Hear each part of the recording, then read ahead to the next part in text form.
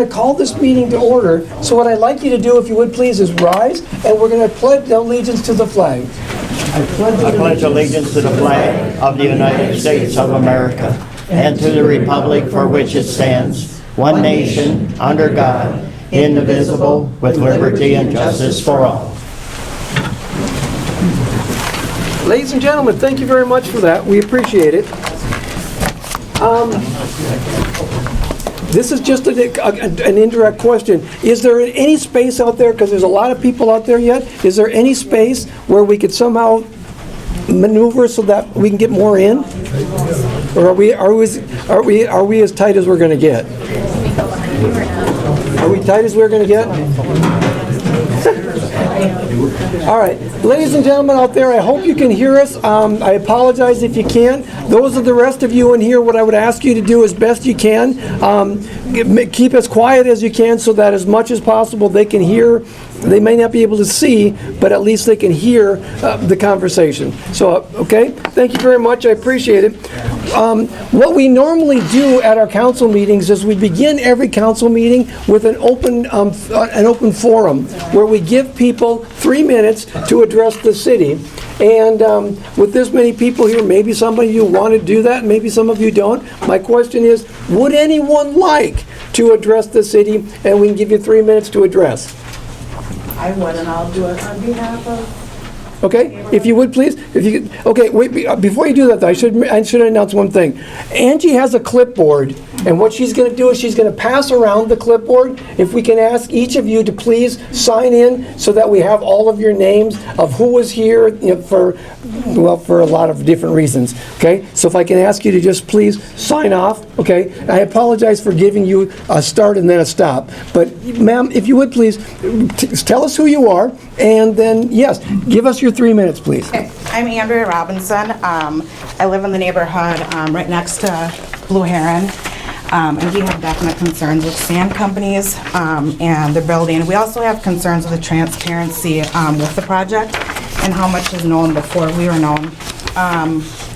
Right now, as it stands, we have sand companies getting a corporate gain where we see nothing. In particular, all of the properties they build get the tax credit, in addition to our assessment that we're forgiving. Forgiving that tax assessment gives them priority to build there. Their deadline is June 16th to submit their application. Scoring is based on specific things I listed here. The workforce, so specifically partnering with Golden Pump, knowing that there's a good possibility that none of those employees are going to live there, gives them additional scoring. The access to high-performing schools report is number 7. And they have to target low-income households. So you guys probably can read the additional information on there. Our concerns are the timing. Auction is supposed to be next month. I don't know if we're included with that auction. Thank you. If any banks have been approached by the city, we want sustainable housing here. Why are we not looking for single-family homes and forgiving that if they do something like living here for 10 years? The cost for our project, our road is deteriorating. Are we going to take that assessment to redo the road? We don't have extensive travel. We don't have a park there. We don't have safe routes to school. We're getting $18,000 in taxes. There's other things like crime rates associated with low-income housing. I lived at a sand company's property for 6 years. Beautiful housing. My neighbor was murdered. The reality is that low-income housing does bring a higher rate of crime. Are we going to end up bringing another part-time officer on? Our schools, we're at capacity. I live in Cold Spring. My kids have to go to Richmond. We're going to hire new teachers. Are we going to be taking the burden with our taxes to expand our schools? And specifically, Stearns County needs 4-bedroom housing for their Section 8 with HOA. We don't have sidewalks. We have no playgrounds, nothing on that side of town. And so we want our concerns addressed first. And we should know the timeline. And there needs to be an additional consulting done. Someone hired to look at the costs. What are the costs associated with it? Right now, we see no gain as a neighborhood, and we're all very disappointed. That's why we moved here, to live here long term. Thank you. Thank you. I appreciate that.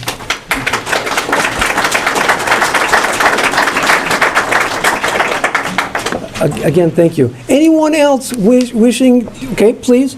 And you guys back there, we'll get to you next, okay? Please? Okay. And your name, My please? name is Karen Holt. I live at 53 Wiggery Drive. Okay. I have a few questions regarding how the decision was made for the location of the housing development. You already know that this will destroy my property value along with the value of my neighbor. I have to believe it will also impact the whole development as well.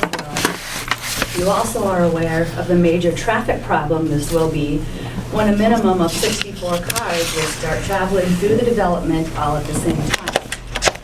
But what I would like to know is, what were the other options as far as building sites? The city is spending a lot of money on the beautification of downtown Cold Spring, yet the first thing you see when you come into town from Keys Brothers Road is an abandoned building, followed by two more within the next block, the old Keys building and the old First National Bank building. The possibility of having some new construction right as you come into town would bring all these people right in walking distance from all the businesses in town and clean up the first impression look of the town coming in from that direction. Access in and out of a housing complex is already available, and zoning can be adjusted at any point in time as it is being done already. They will be in walking distance without crossing Highway 23 to the GNP facility and generate more spending in the downtown area. The housing market is starting to improve. Yes, it is slow, but it is improving, leaving the zoning in my development for what was originally planned. The Phase 2 development of Blue Heron Heights that I am in was built as an association. This association was to be enforced when more of the patio homes and single-family residences are added to the development, and was written into the purchase of my home. What happens to this association? These properties were bought with the expectation of an association to ensure the look, appearance, and value of this neighborhood. How will this be addressed? We do have petitions signed showing the community's concern for this development. This whole thing was a blindside.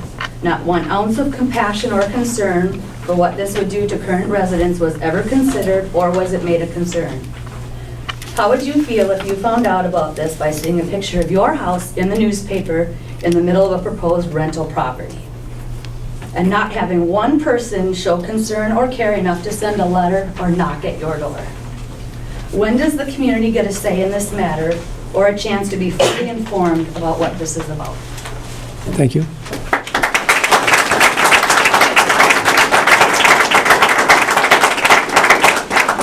Again, thank you. We're going to go back here to this guy. After that, does anybody else wish to speak? Okay, right there. All right, you'll be next. So, please. I'm Mark Watson from Cold Spring. I live at 13891 County Road 140. I have my land for sale. I have 2.4 acres just up from Schweter Chevrolet. I think I got my land for sale. I'd be willing to sell it to Golden Plum. I got a perfect lot. Walking distance from the plant. So I would like them to give me a call, take a look at my property, see if they'd be interested in purchasing it. They can give me a call, 685-7668, and give me a call. And I think it'd be the perfect spot for it. I know it's out of city limits, it's in Wakefield Township, but everything sets back. They'd have to tear my house out of there, but I think it would solve your problem. Thank you. Thank you. Okay. This gentleman's going to be next. After that, I think we have time for 1 or 2 more people. You want to be next after that? Okay, perfect. All right, we're ready. All right, John Duvier, live at 1013 2nd Avenue Southeast. I would just like to present 256 signatures on a petition asking for the city to not support this project as it stands. Quite a few concerns that we have as a neighborhood. Obviously, traffic flow is of the utmost concern, and I'd like to actually read from the minutes from a meeting that the City Council had on August 26th of 2009. There's a request from Rod Drakeson for response to a proposed assisted living project. Larry Lahr stated that Rod Drakeson is a developer for Blue Heron Heights and has requested to receive feedback from the City Council and the Planning Commission on constructing an assisted living project in Blue Heron Heights, Plat Area 3. Lahr stated that the property would need to be rezoned in order to allow the use of assisted living facility. Drakeson stated that the project would consist of between 10 and 22 units of assisted living with a portion dedicated to memory care. Obviously, this would have been an increase in density similar to what has been proposed. I'll skip the next 8 sentences that don't pertain in a matter of time. The last sentence though states, Councilor Thielen was concerned about the accessibility to the area and its location in a residential neighborhood. And I would just like to ask, obviously the access hasn't changed, so what would the difference be from that proposal to the current one? And if we were proposed as a city to it in 2009, why are we going to move forward with increasing the density and the traffic flow through our neighborhood?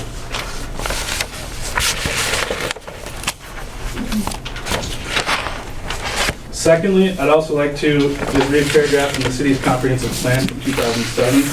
This is in chapter 6, section 4, objective 1, subsection 5, and it's titled appropriate location. And it says, the city should protect low-density residential neighborhoods from encroachment or intrusion of incompatible, higher-density residential land uses, as well as non-residential use categories through adequate buffering and separation. Residential development shall be protected from and located away from sources of adverse environmental impacts, including noise, air, and visual pollution. And again, I would just state that it pretty clearly defines the separation needed and access. Not only is there access going through our neighborhood, but also coming off of 23. After probably the first 100 feet, that road severely narrows, and I'm sure anybody who lives in our neighborhood has more than once either slammed on the brakes or tried to swerve around somebody that was walking on that road. And by putting more people in that neighborhood, it will create more kids on bikes, more people walking, and more dangers for the general public. Thank you. Thank you.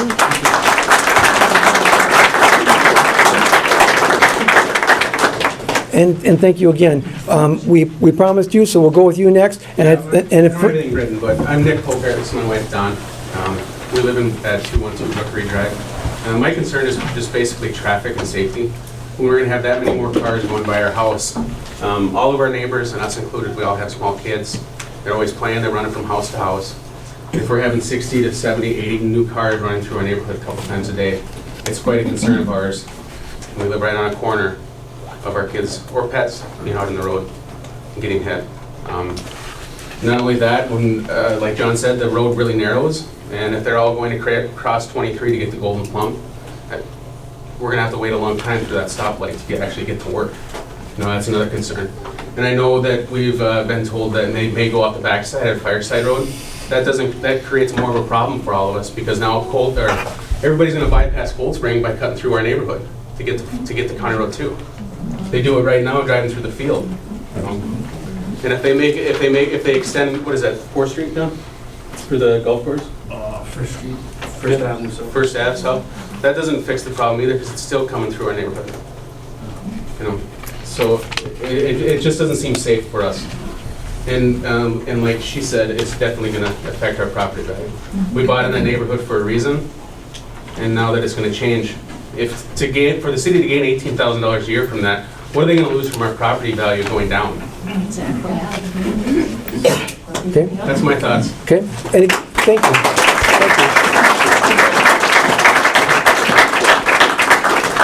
And again, please, sincerely, we thank you all for being here. We thank you for giving us your input.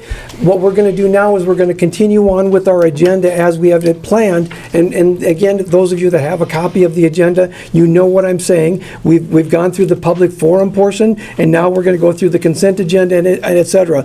In a few minutes, and I don't know the definition of a few minutes, but in a few minutes, we will begin the process for which most of you are here.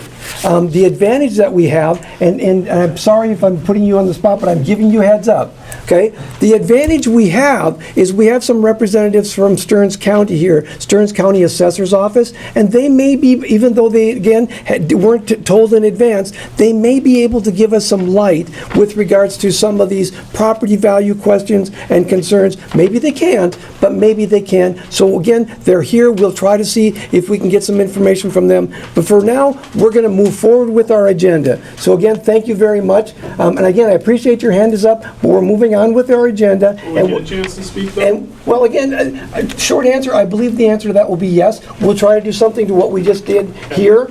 But again, what we have to do is we have to keep time in mind. But yeah, I think we can give more time at that point. Okay? All right? Okay? Again, we're going to move on. Request a special meeting to discuss this thoroughly so everyone has a chance to talk and state their concerns. Okay? I won't say no to that, but at this point, I'm not going to say yes. Here's what I am going to say. We're going to go on with the agenda. When we get to the point where we have the presentation from Sands, the council discusses it. If it appears that that's the best thing for us to do, excuse me, for the best thing for us to do, I think we can consider that, yes. Okay? And again, at this point, I'm not willing to say no to anything, but I'm also not willing to say yes. I think, like you, I want to hear. So Okay? what's the expected timeline of your meeting today, so we have an idea what that looks like for you? The short answer is yes.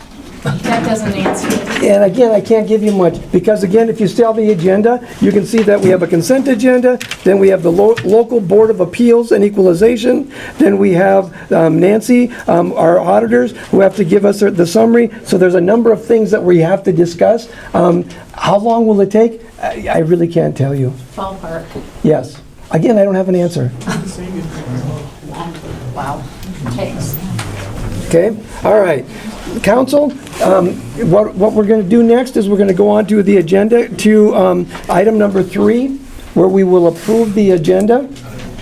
I'll make that motion. Dave, thank you. We have a motion. Can we get a second? Second. Jamie, thank you. We have a motion and a second. Any discussion? Hearing none. All those in favor? Aye. Opposed? Abstentions? Excellent. We have an agenda. Now, those of you that wish to have one, do you have a copy of the agenda so you can follow along? Because I know that they were circulating them. I don't know if everyone got them, but they were circulating them. No. I think there's a few It might be there. some-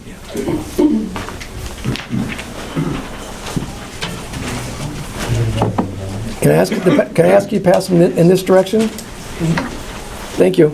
All right, where we are is item number 4 on the agenda, which is our consent agenda. Before we go any further, ladies and gentlemen, would you help me with something very small? Tonight, we have the opportunity to welcome our newest team member. If you remember, for a long time, about a year, we haven't had a city administrator. Chris has been our acting administrator, but we haven't had an administrator. Tonight is her second day of work, okay? And how's this for baptism, right? Okay? Tonight is her second day of work, and if you'd all help me welcome, this is Bridget Murphy, our new city administrator. Thank you. My first meeting. Okay? All right. Okay, if I can ask you please to read off the consent agenda for us? Sure. A, minutes of April 26, 2016. The recommendation is to approve the minutes of the April 26, 2016 City Council meeting as presented. And B, one-day bingo license, Cold Spring Home Pride Lions. The recommendation to approve Form LG 240B application to conduct excluded bingo for the Cold Spring Home Pride Lions for bingo to be held Friday, July 29th, 2016 at the 200 block of Main Street during Hometown Pride Days. Thank you. Council, anybody want to discuss the consent agenda, or can I get a motion to approve or disapprove? I'll make a motion to approve. Jan, thank you. We have a motion to approve. Can I get a second? I'll second it. Dave, thank you. We have a motion and a second. Any discussion? Hearing none. All those in favor? Aye. Opposed? Abstentions? Excellent. Thank you. Congratulations. We've approved that portion. Ladies and gentlemen, we're on item number 5. And ma'am, going back to your question of how long this is going to take, this is the part, perhaps the section that may take us the longest till we get to the Sands portion. What we're going to do next is a section, and this is why we've invited Stearns County to us, to join us, and they can explain their role of all this in just a moment. But what we're doing is what's called the Local Board of Appeal and Equalization. And basically what we're trying to do is, as you know, those of you that own real estate, what you know is you get a valuation of your property. Some people think that the valuation may not be what it ought to be. Most people think that the valuation is too low and they would like it to be much higher, right? Or is that backwards? They're paying too much tax. Okay?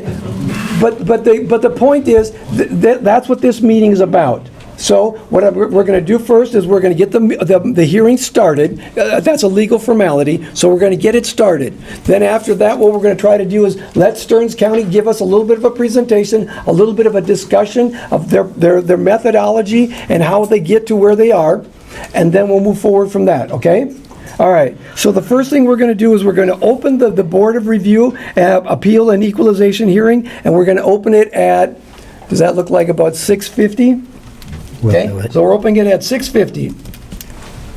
All right. If you do us a favor and first introduce yourselves, tell us what you do, and again, please, to the audience at home and those here, tell us who you are, what you're doing.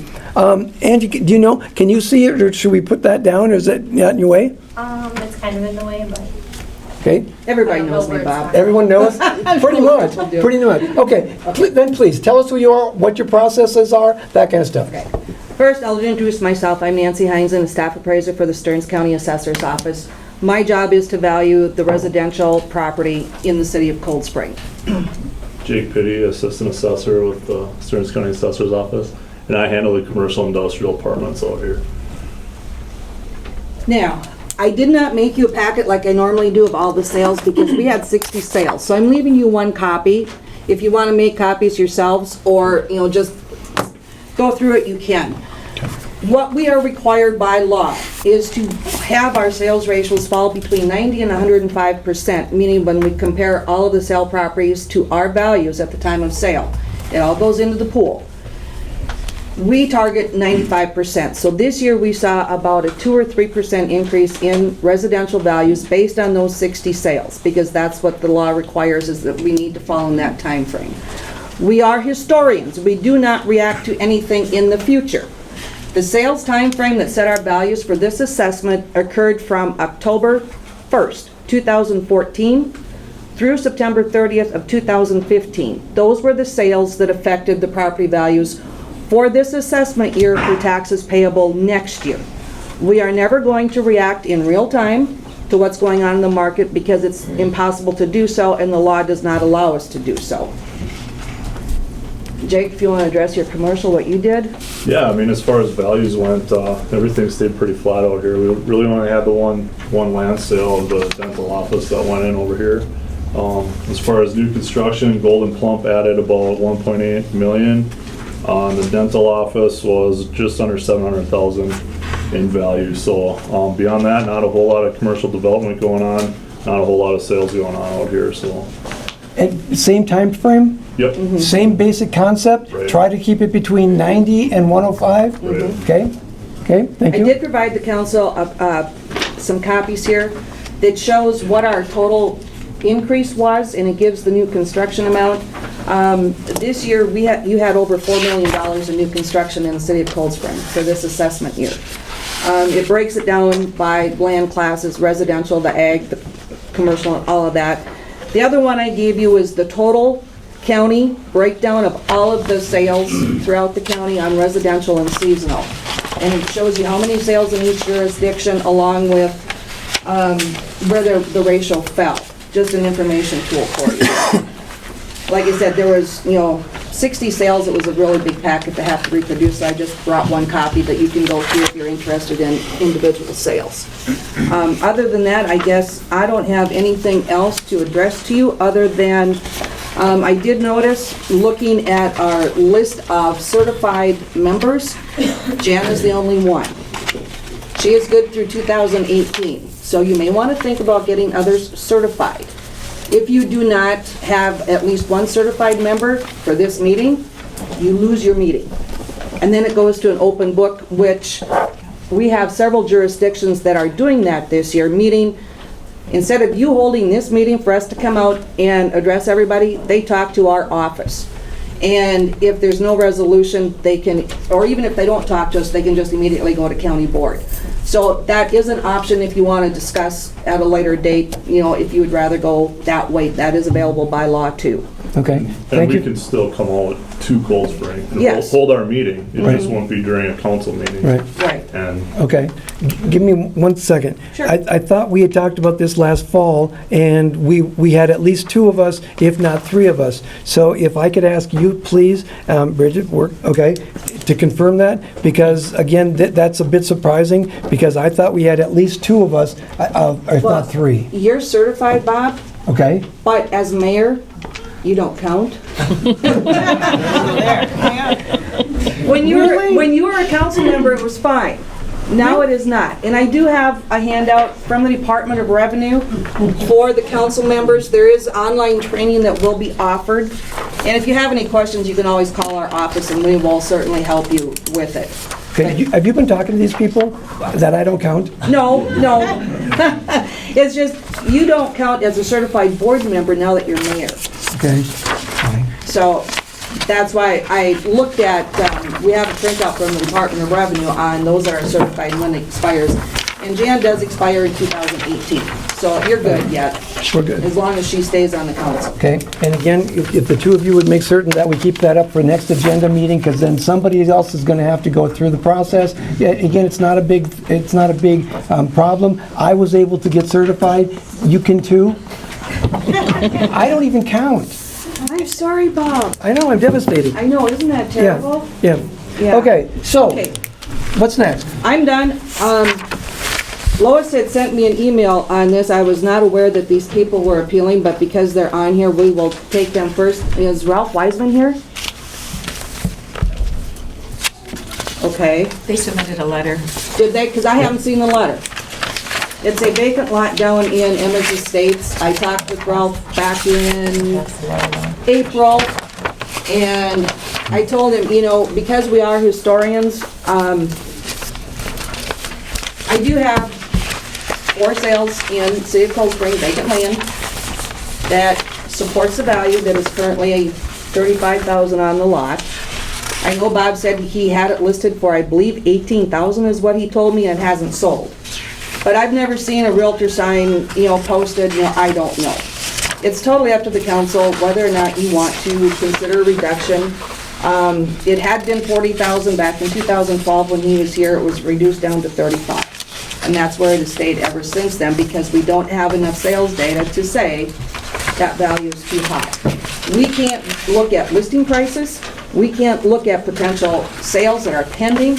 We can only deal with actual sales that occurred during our time frame. Thank you.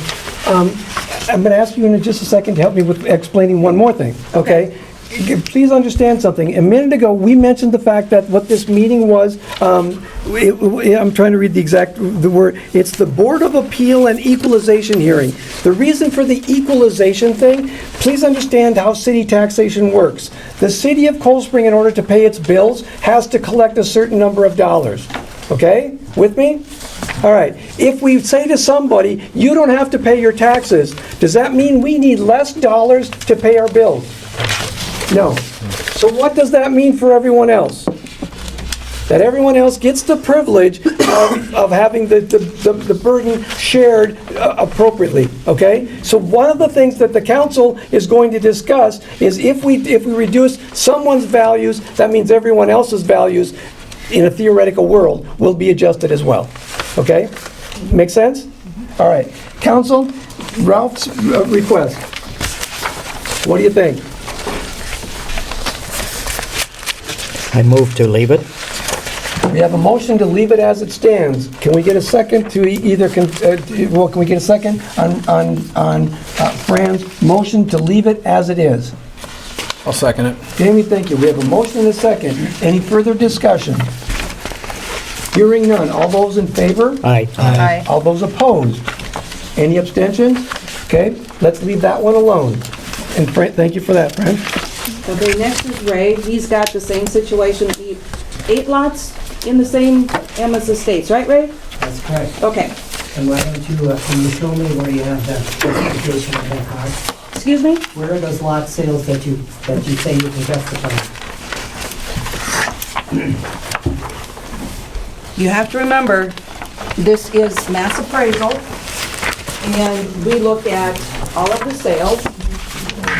And I have 1, 2, 3, 4 here in Cold Spring, and one in Wakefield. And where are they in Cold Spring? 4 of them are out in, I think it's Big Ones, we've got new addition off 23. There was another one up towards the brewery, and I can't remember off the top of my head what the last one was.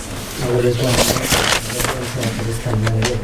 I don't, well, there is one in North Point, I believe there might be one here, I'll know by looking at it. Yeah, this one right here, that's included in there. When I ran these sales, it's telling me that, actually, What's that? 36.9 should be the value based on their sales. Like I said, we don't separate out by neighborhoods unless we have more than 6 And hang on to sales, that. and we need to do that. We're gonna look at all of the sales within a jurisdiction. I know, it doesn't make sense to a lot of people, but that's the system that we've been given to work with, and I've done this for 30 years and it hasn't changed. Well, I think it's kind of hard to justify the same price on those lots compared to North Point or at the golf course, because it's entirely different. I've had some lots for sale there for about 4 years now. The ones on the upper end, they're actually over an acre for 19.9. I don't even recall on it. Where? In Emmis? Yes. Okay.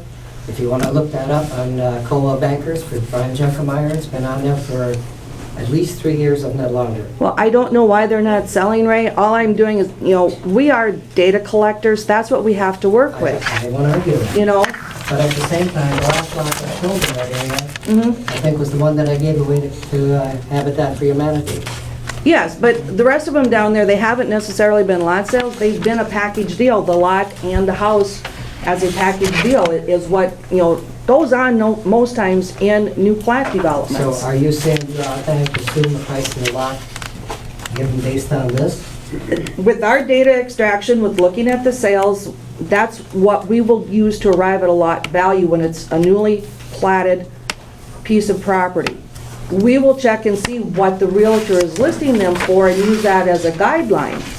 But we still have enough sales around that can help us establish a land value on the properties. I also went and looked as another measure of where we're at with our values. There were 3 sales of improved properties in Emmis Estates within the last year and a half, and 2 sales, I'm at 92%, my value compared to what they sold for.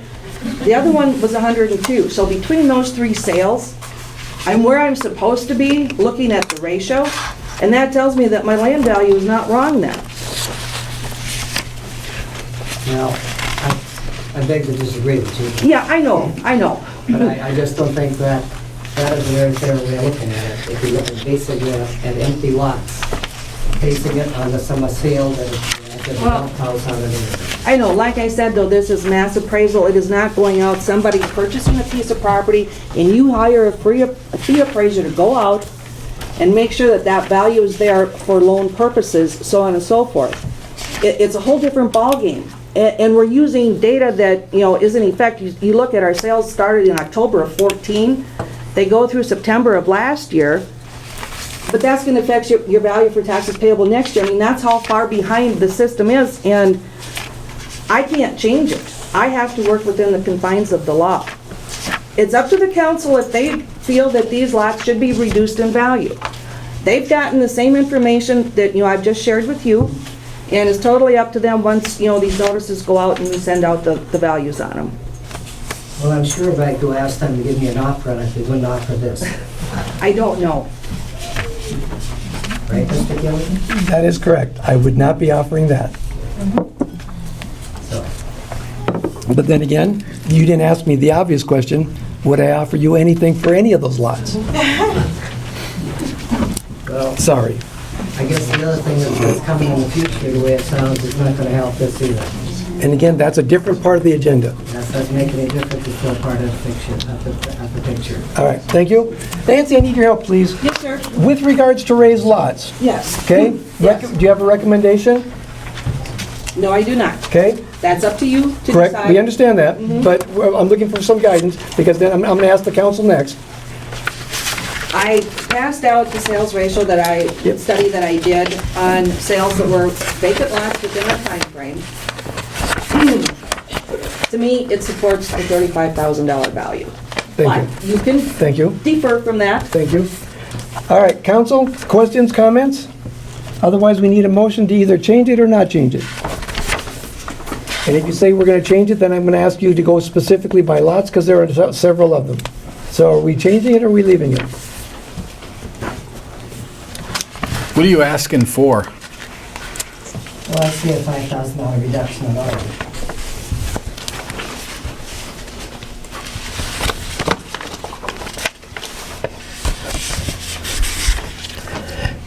Is there infrastructure already in there? Is there infrastructure in the net? There is. So the pipes and everything are in there. Okay. All the assessments have been done, yeah. All the assessment's been done. What Yeah, about all that. water and sewer? Yep. The hookups don't happen until Yeah. you build, but Yeah. the infrastructure's there. And the assessments are all paid. Yep. Ray, can you help me out? When was that platted? I don't recall. It's been a long time. Early 2000s? Or is that before that? Was it? Okay, and that's what I thought. It was early 2000s when that was platted. So, yeah, it's been an existing plat for quite some time. Council, questions? No, I'll make a motion to keep it. Okay, Fran, thank you. We have a motion to leave the assessment as it is. Can we get a second to that? Thank you. I'll second that. Any discussion? Hearing none. All those in favor? Can I ask one question? Ray, are these the lots you're talking about? They're the only ones for sale up there that are left? Or are these the only ones that increased in value? Pardon? Are the lots that you're asking for the reduction on, are they the only ones left up there that you have for sale, or is it just the ones that increased in value? Well, these are the only ones that I have left up there. Okay, They haven't increased in value in 4 years. They were dropped in value 4 years ago. okay. And Ray's not the only one that has lots out there. The Hessies still have lots, vacant lots out there also. Okay. But these are the last 8 that Ray owns in that plat. Okay. Okay, any further questions? Otherwise, I'm going to call the question. We have a motion and a second to leave the assessment as it is. All those in favor? Aye. All those opposed? Abstentions? Thank you, Council. Mark down. We're going to leave them as it is. Ray can appeal at the county board. He will receive a letter as well as Mr. Wiseman. We always send out letters with the action, and then that's their next step, is to appeal at county board in June. Okay. Oh. I do have one last one. It's a letter Yep. that I passed out to you. It's Terry Schrommel. Yep. She purchased this house after the first of the year. I went out and reviewed it a little over a week ago because I hadn't had access to the interior for quite some time. The original value on this property was $160,800. I am recommending a change to $146,100 based on my interior and exterior review. Okay, you have to help me. I thought we could change can we change the value anytime? I thought you could only change the value if you appraised it or if the property sold within that specific period. No. Every property gets a new value every year. Okay, And Terry bought this after the first of the year, and she paid less than what my value is, which was a concern to her. She provided me with her appraisal, and I went through it, and again, there were issues with that because they used properties as comparables that we don't have in our study because they weren't qualified sales, meaning they weren't true arm's length transactions. So then Terry made time for me to come out one evening, and I went through the house, and there's a lot of deferred maintenance. The basement is not as finished as it once was, so on and so forth. And so with the changes that I made after my review, I am recommending that value should be reduced to $146,100. okay. Had you had this information some time ago? Yes. Conceivably, you would have made this recommendation Yes. some time ago? Yes. Okay, all right, now I got it. Okay, council, what do you think? I'll make a motion to reduce it to 146. 146,100, correct? 146,100, yeah. Yes. Sorry. Okay, thank you, Dave, thank you. Can we get a second? I'll second it. Jamie, thank you. We have a motion and a second. Any further discussion? Hearing none, all those in favor? Aye. Opposed? Abstentions? Perfect, thank you. You got that? Okay, good. What else we got? I have nothing else, Okay, unless there's somebody else here that I don't know about wanting to appeal their value. okay. Is there anyone else here that would like to appeal their value?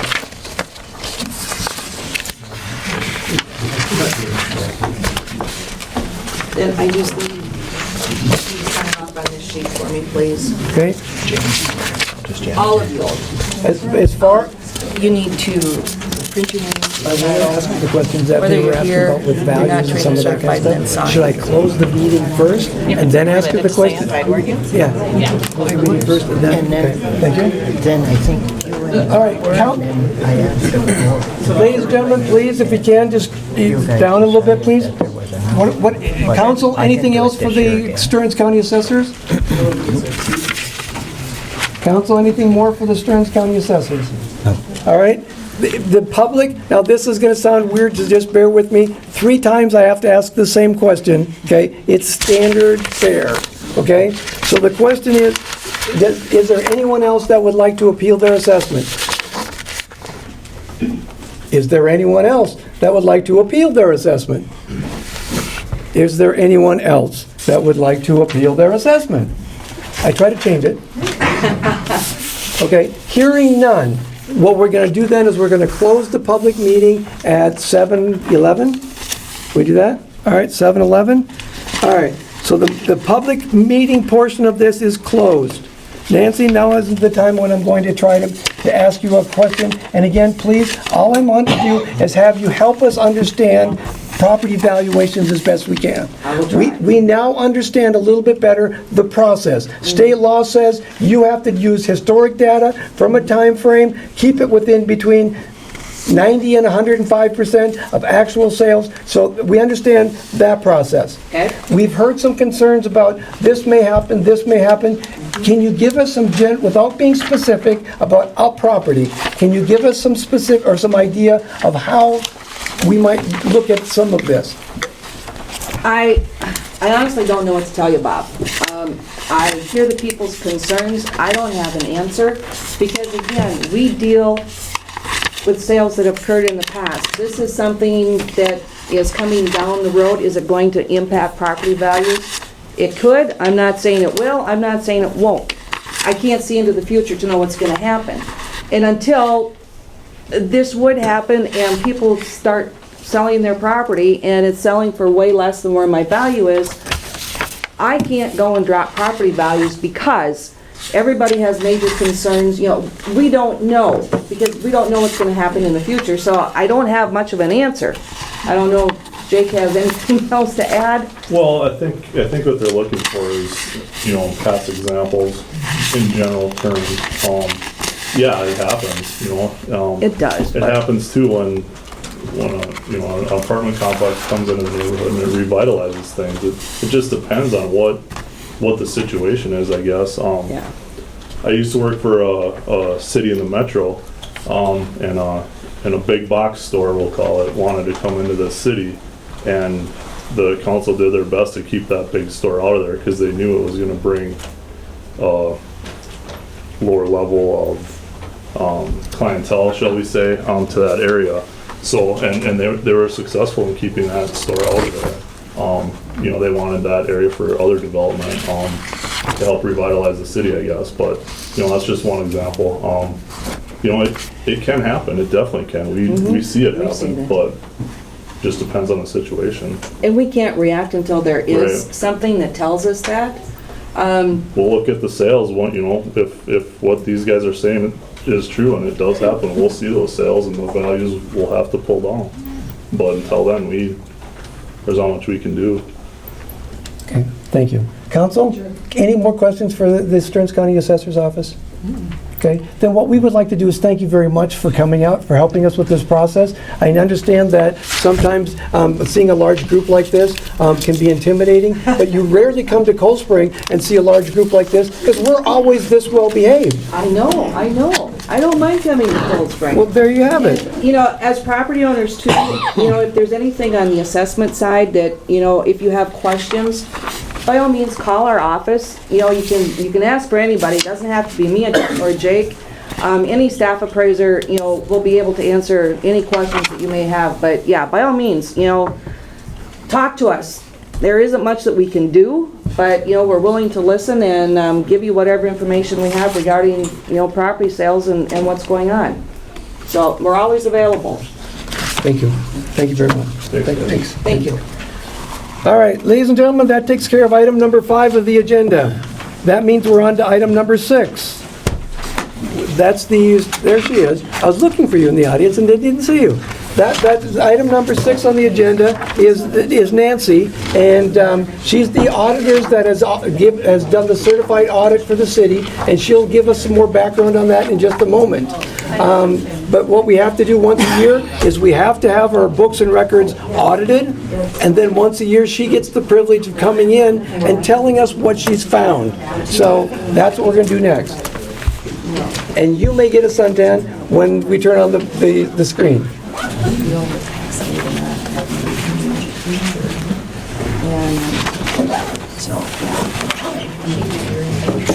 Council, are we ready? All right. Nancy, thank you again for coming out. Thank you for working with us. Nancy, good evening. If you would, we're going to let you have the floor, and you can do it however you want. But before you do, if you would please, explain to us a little bit about who you are and let us be wowed. I don't know if I can accomplish that, but I will try. Okay. I am Nancy Schutzenberg, partner with Bergen KDV. I've been with the firm for almost 24 years. And I've worked with the City of Coastal for a number of those years. We prepare with the city a communication letter and a financial statement. At the time of the annual audit, I have provided copies of those to you as council members.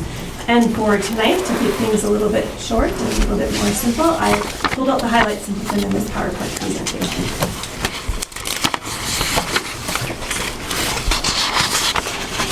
Are we ready to go? Are we ready, Council? Nope. Let's do it. All right. So first and foremost, as auditors, it's our responsibility to give an opinion on your financial statements. Those are your financial statements. The information is all prepared by the city. We compile them into the correct format and present them. So basically, what we are issuing to the City of Cold Spring is an unmodified opinion, the best opinion that we as auditors can offer. It indicates that the financial statements are fairly presented in all material respects based on an audit. So an audit is a test basis. It doesn't cover every single transaction or every number in the financial statements, but we do some risk analysis and some materiality calculations and come up with our best work. So again, basically the best opinion that you can receive as a city.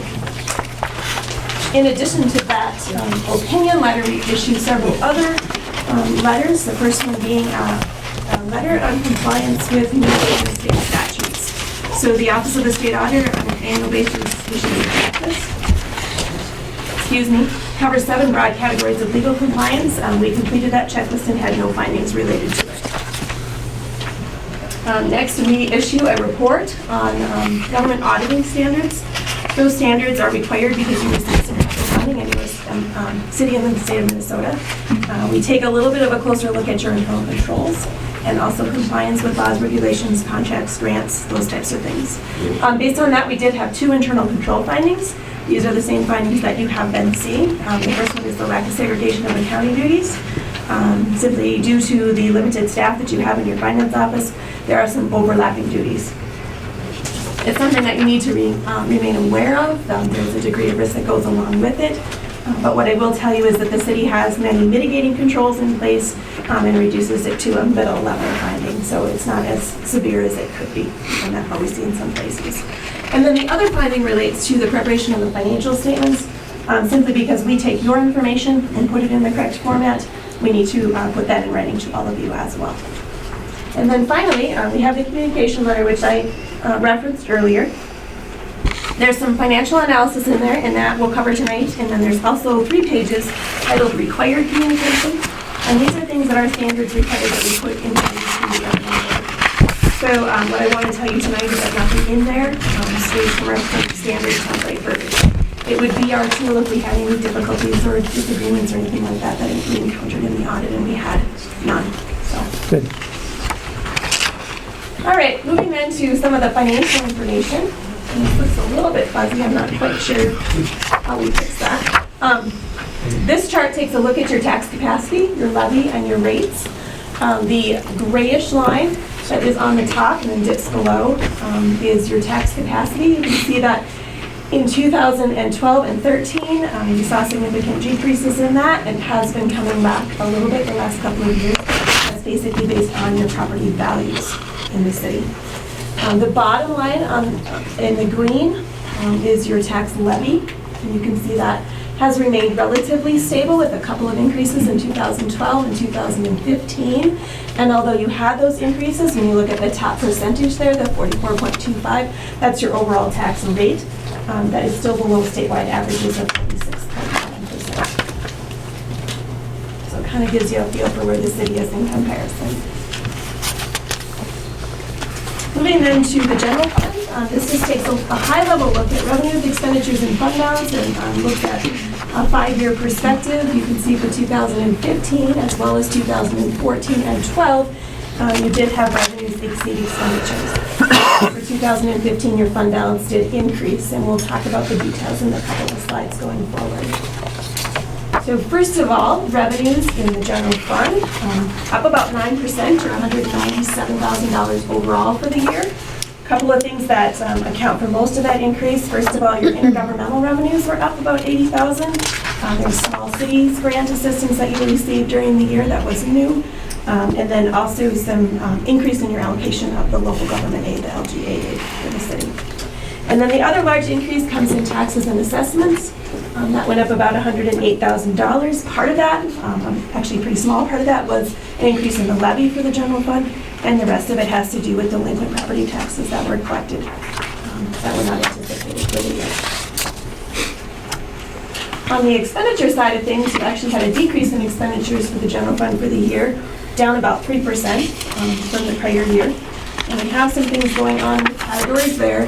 First of all, if you look at public works, went from $442,000 down to $365,000. What is going on there is in 2014, you had several large equipment purchases, so that was maybe an artificially high year, back to a little bit closer for 2015. And then along with that, you had some staff vacancies during the year in that department. On the flip side of that, public safety actually increased. Building inspection costs were up for 2015. There were several large permits issued at the end of 14, so revenue came in during that year. Expenditure happened in 2015. And then also salaries in that area increased for the year. And then finally, general government was down about $30,000. You had an open city administrator position for most of the year. So accounts for the change there.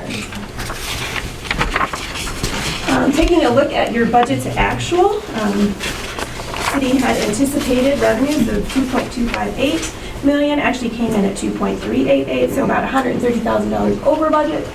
And some of this has already to do with the increases that we talked about, or also the reasons that you were over budget. So the delinquent property taxes that came in, tough to budget for what's going to happen with those. The small cities assistance grant was not included in the budget.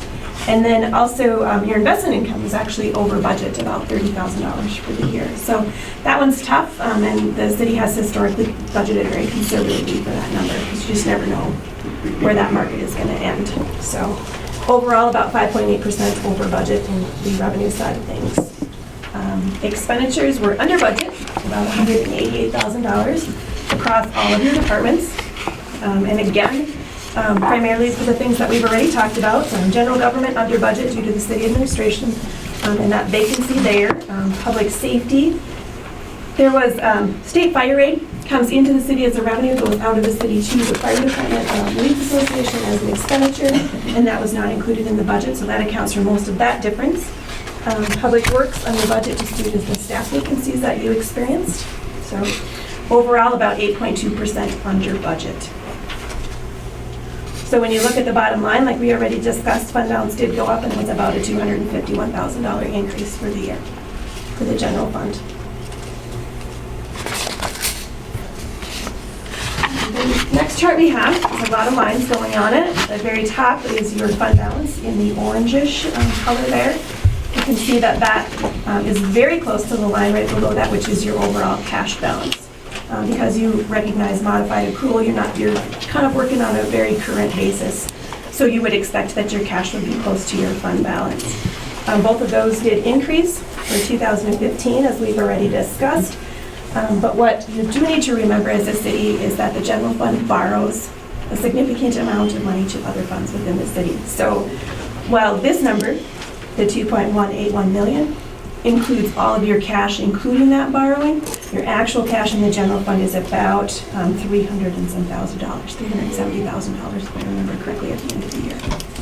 So about 1.8 borrowed out to funds with deficit cash positions at the end of the year. The next line that you see down is the unassigned fund balance. So the difference between the total fund balance and that number is a committed balance that you as a council have decided to put aside for some capital projects. So that's just under $500,000 that you have set aside for that. And then the very bottom line represents your fund balance goal. So you have in policy a minimum fund balance of 50% of your expenditures for the year. So you can see that you are above that. But again, when you look at where the position of the cash in the fund is, it would be difficult to change your position. Does that make sense? All right, any questions on the general fund? Okay, I have some slides that take a look at your enterprise funds. First of all, your water fund. Revenues, operating revenues in this fund are actually up about 15.4%. You had increased rates and also increased usage. Operating expenses down about 5% for the year. There were some significant repairs to some water lines in previous years that you didn't experience in 2015. So for the first time in the 5 years that you are presented here, you actually experienced an operating income for this fund. And when we subtract out that non-cash expense of depreciation, your operating income was $222,000 for the year. The next chart takes a look at your net position in the water fund. The top portion, or the bluish portion of the bar, represents your investment in capital assets. So you can see that number did increase for the year. Basically, there is no long-term debt related to those capital assets in this water fund. So depreciation is happening, and contributions from other funds to your capital amounts are happening as well. So you did see an increase there. The green portion of the bar represents the unrestricted, or the available for future spending number, and that number did decrease. And what we're seeing is this fund, although it doesn't have debt within it, made transfers of about $156,000 to other funds to cover debt payments that are held in your debt service funds.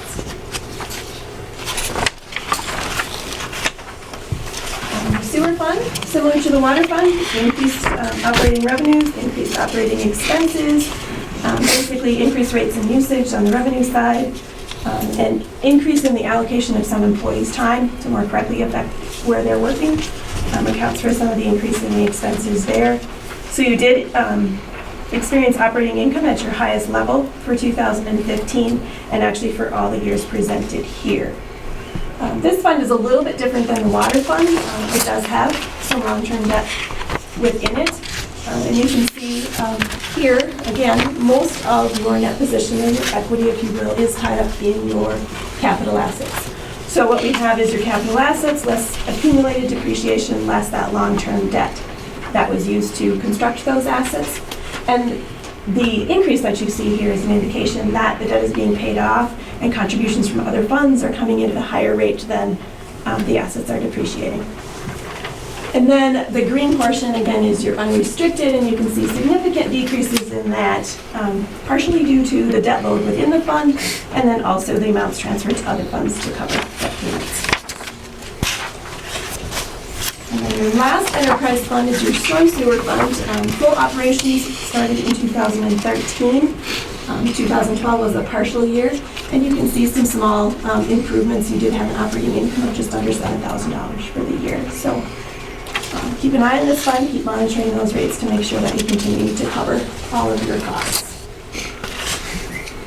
And then finally, we have one chart that takes a look at all of your governmental activities together. So we have in the front of your financial statements two statements that pull all of the general fund, the special revenue fund, debt service fund, capital projects fund, pull them all together, adjust them to a long-term perspective. And this chart shows your equity, if you will, based on that perspective. So we have three components. The first one on the top, like the enterprise funds, is your investment in capital assets net of related debt. Again, a nice increase there, an indication that you're paying that debt off faster than your assets are depreciating. So if you liken that to your home mortgage, you'll have value to your assets when your debt is paid. Good news. The green one on this chart actually represents amounts that are restricted for a specific purpose. So this is fund balance or equity, if you will, that is set aside primarily for debt service payments in the future. And then finally, the unrestricted part on the bottom, you see a significant decrease in that number this year. And there was a very large event that occurred that was completely out of your control. It was the implementation of GASB 68 and 71 for the pension standards. And I believe we talked about this a little bit last year, but basically PERA was required to proportion out their unfunded net pension liability. So the city received, based on your contributions, received a portion of that liability. That offset by your fire relief actually has an asset, an overfunded net pension liability that you added to your books. But the net effect was about $677,000 for these funds. So that took that number from a nice 865 down to 180. But the good news is it's still positive, and that's not the case with every city that we see. So, questions on any of that?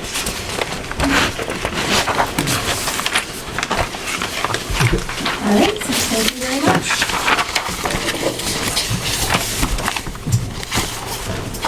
You done? I'm done. Okay, you can't be. I just have one question.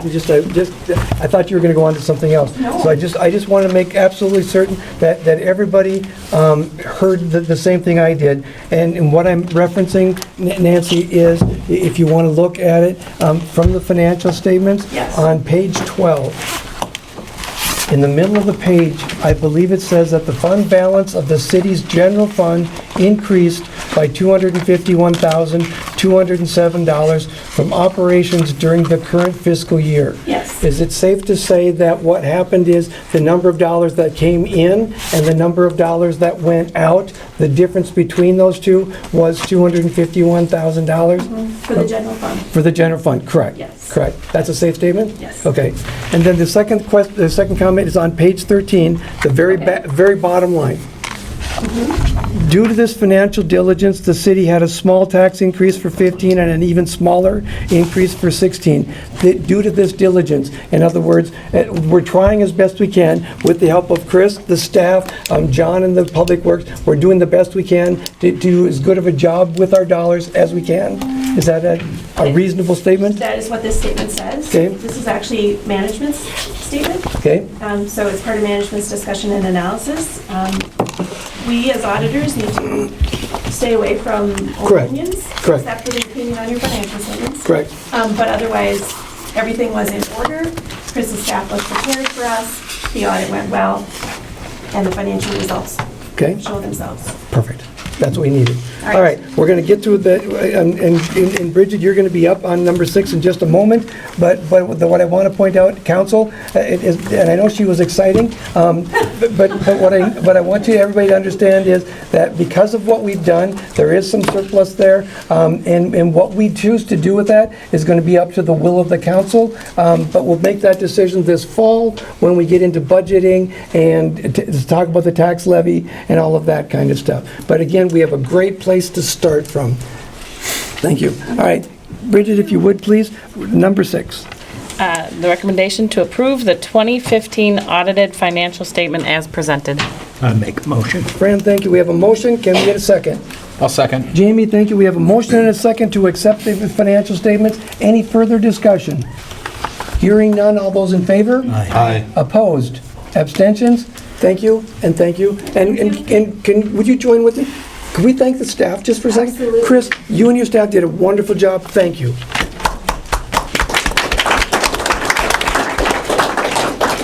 All right. Now we're on item number 7 of the agenda. Is Rusty? I think they're out in the hallway.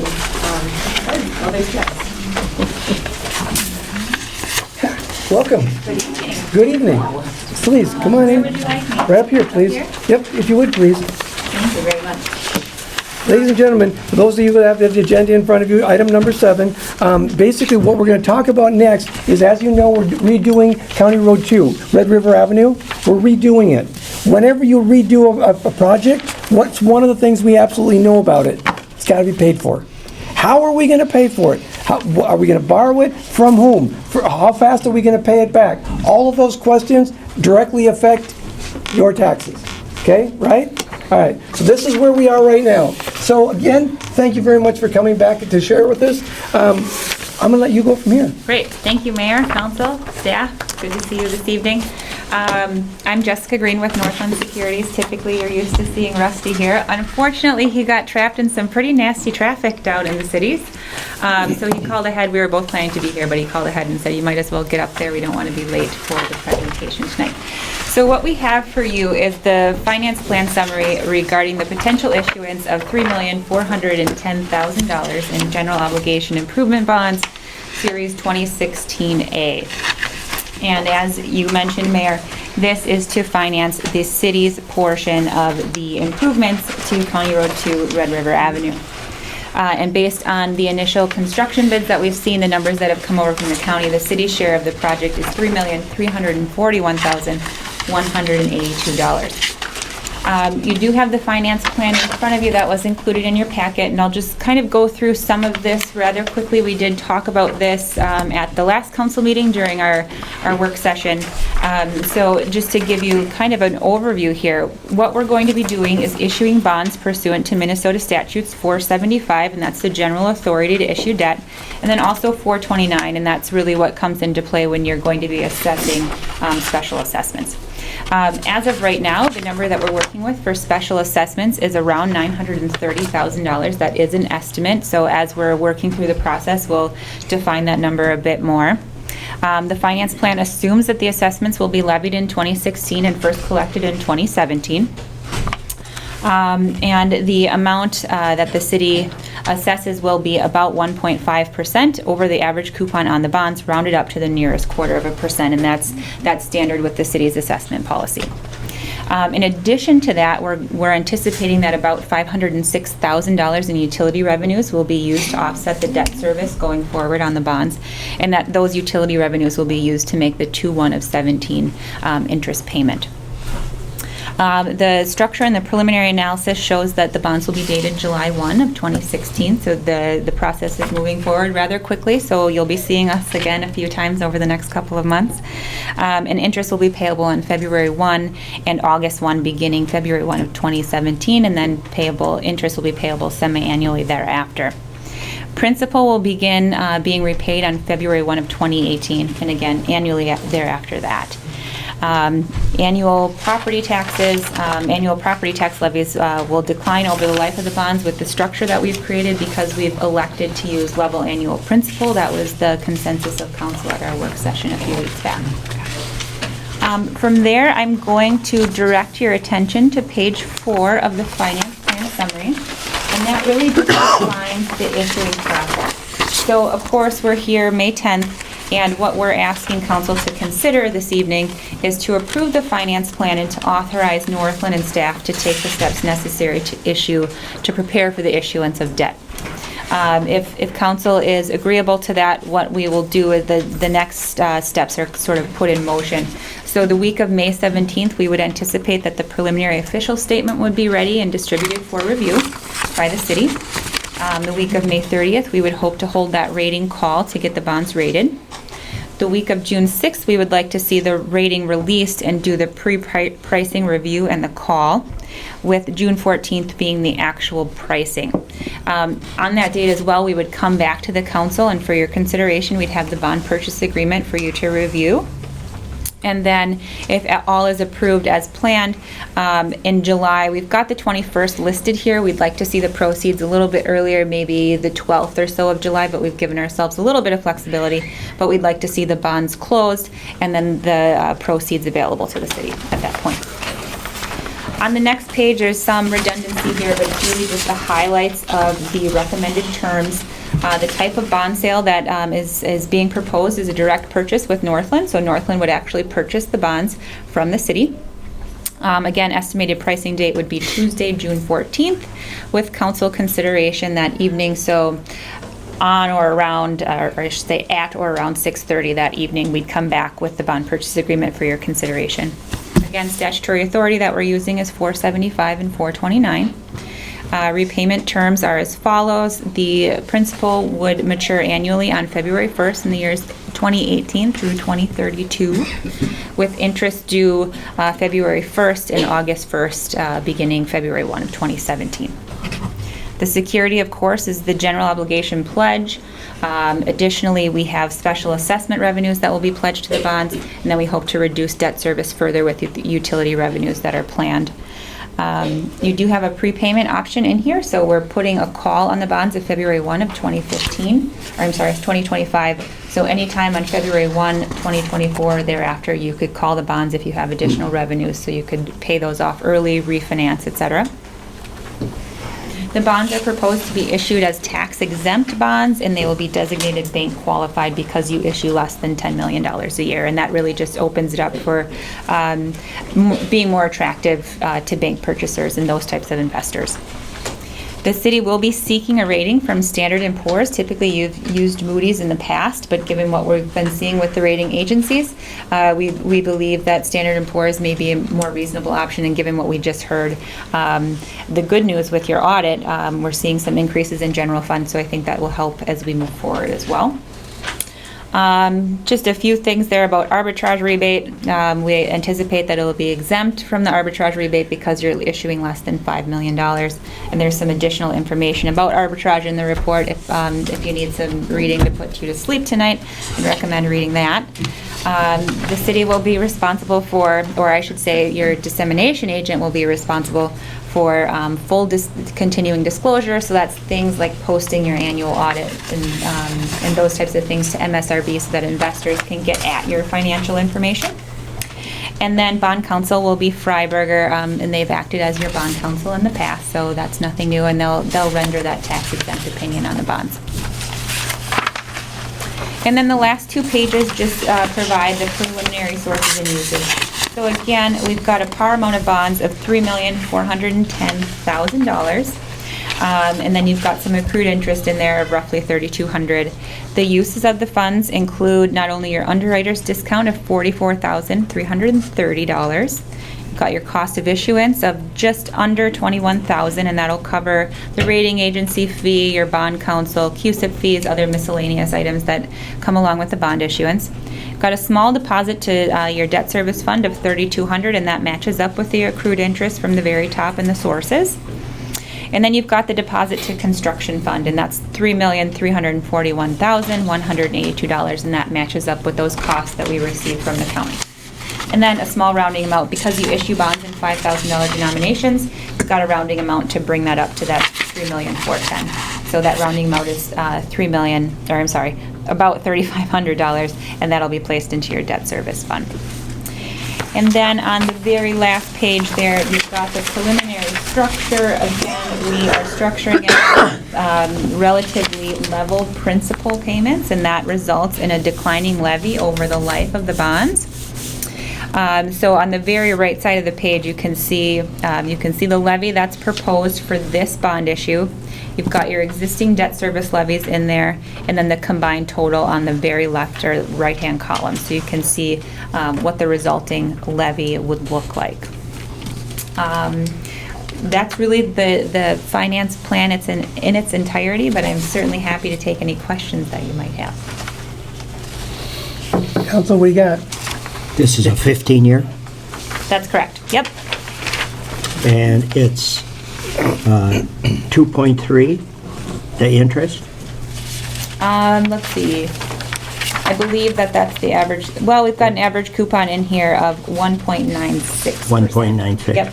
So on your proposed debt service schedule here, the third column from the left gives you the scale that's proposed for the bonds, and that's based on current market rates right now. And the market's been pretty solid. Rates are really low right now, so this is actually a really good time to finance. But our average coupon on this one is 1.96.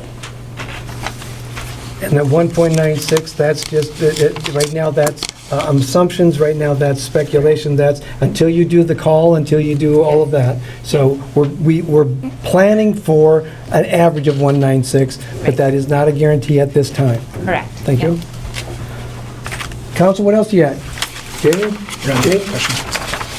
I just have one question, and again, you may have already talked about this, but my question is, what it appears we're doing is we're paying more upfront, and so that we pay less in the future. Yep. In essence, what we're doing is, by doing that, is we're reducing the total cost of interest and all of that kind of stuff. Is this a good idea for the city to pursue? If you feel that you have the capacity within your levy, then yes, because it does reduce the overall cost of financing to the city. So because you're using level principal payments rather than level principal and interest, you're paying off a larger majority of your bonds up front rather than spreading them out. So your interest cost ends up being quite a bit less. Okay. But this wouldn't change our bond rating though, right? Would this, by itself, would this change our bond rating? Would that change our bond rating? I wouldn't go that far, but it does help. It shows that you're being financially responsible, that you are. Because we have dropped one, actually two with Moody's. actually two Yep. in the last couple of years. Right, so the last issue. But the thing is, it wasn't really the fault of the city either. It was just because of the times, right? I Is what think there caused were a that? few different factors that weighed into that. I don't have the last rating report with me. We did do a surveillance call probably about 6-8 months ago or so, and they reaffirmed that rating drop. But as I said, we found that the S&P can be a bit more reasonable. Okay. And we also felt that Moody's had kind of arbitrarily done some outside of the norm sort of adjustments within their rating. So, But we're not the only city that No. got their bond rating dropped. I mean, No, absolutely not. No. And Fran, and for the council, and for those of you listening, well, again, when that happened with Moody's, one of the factors that went into it is they weren't impressed with some of the policies and procedures that were in place or not in place at the time. And if you remember, the council has since that time done a lot of things to change that, as far as how we're handling the debt, how we're handling some of the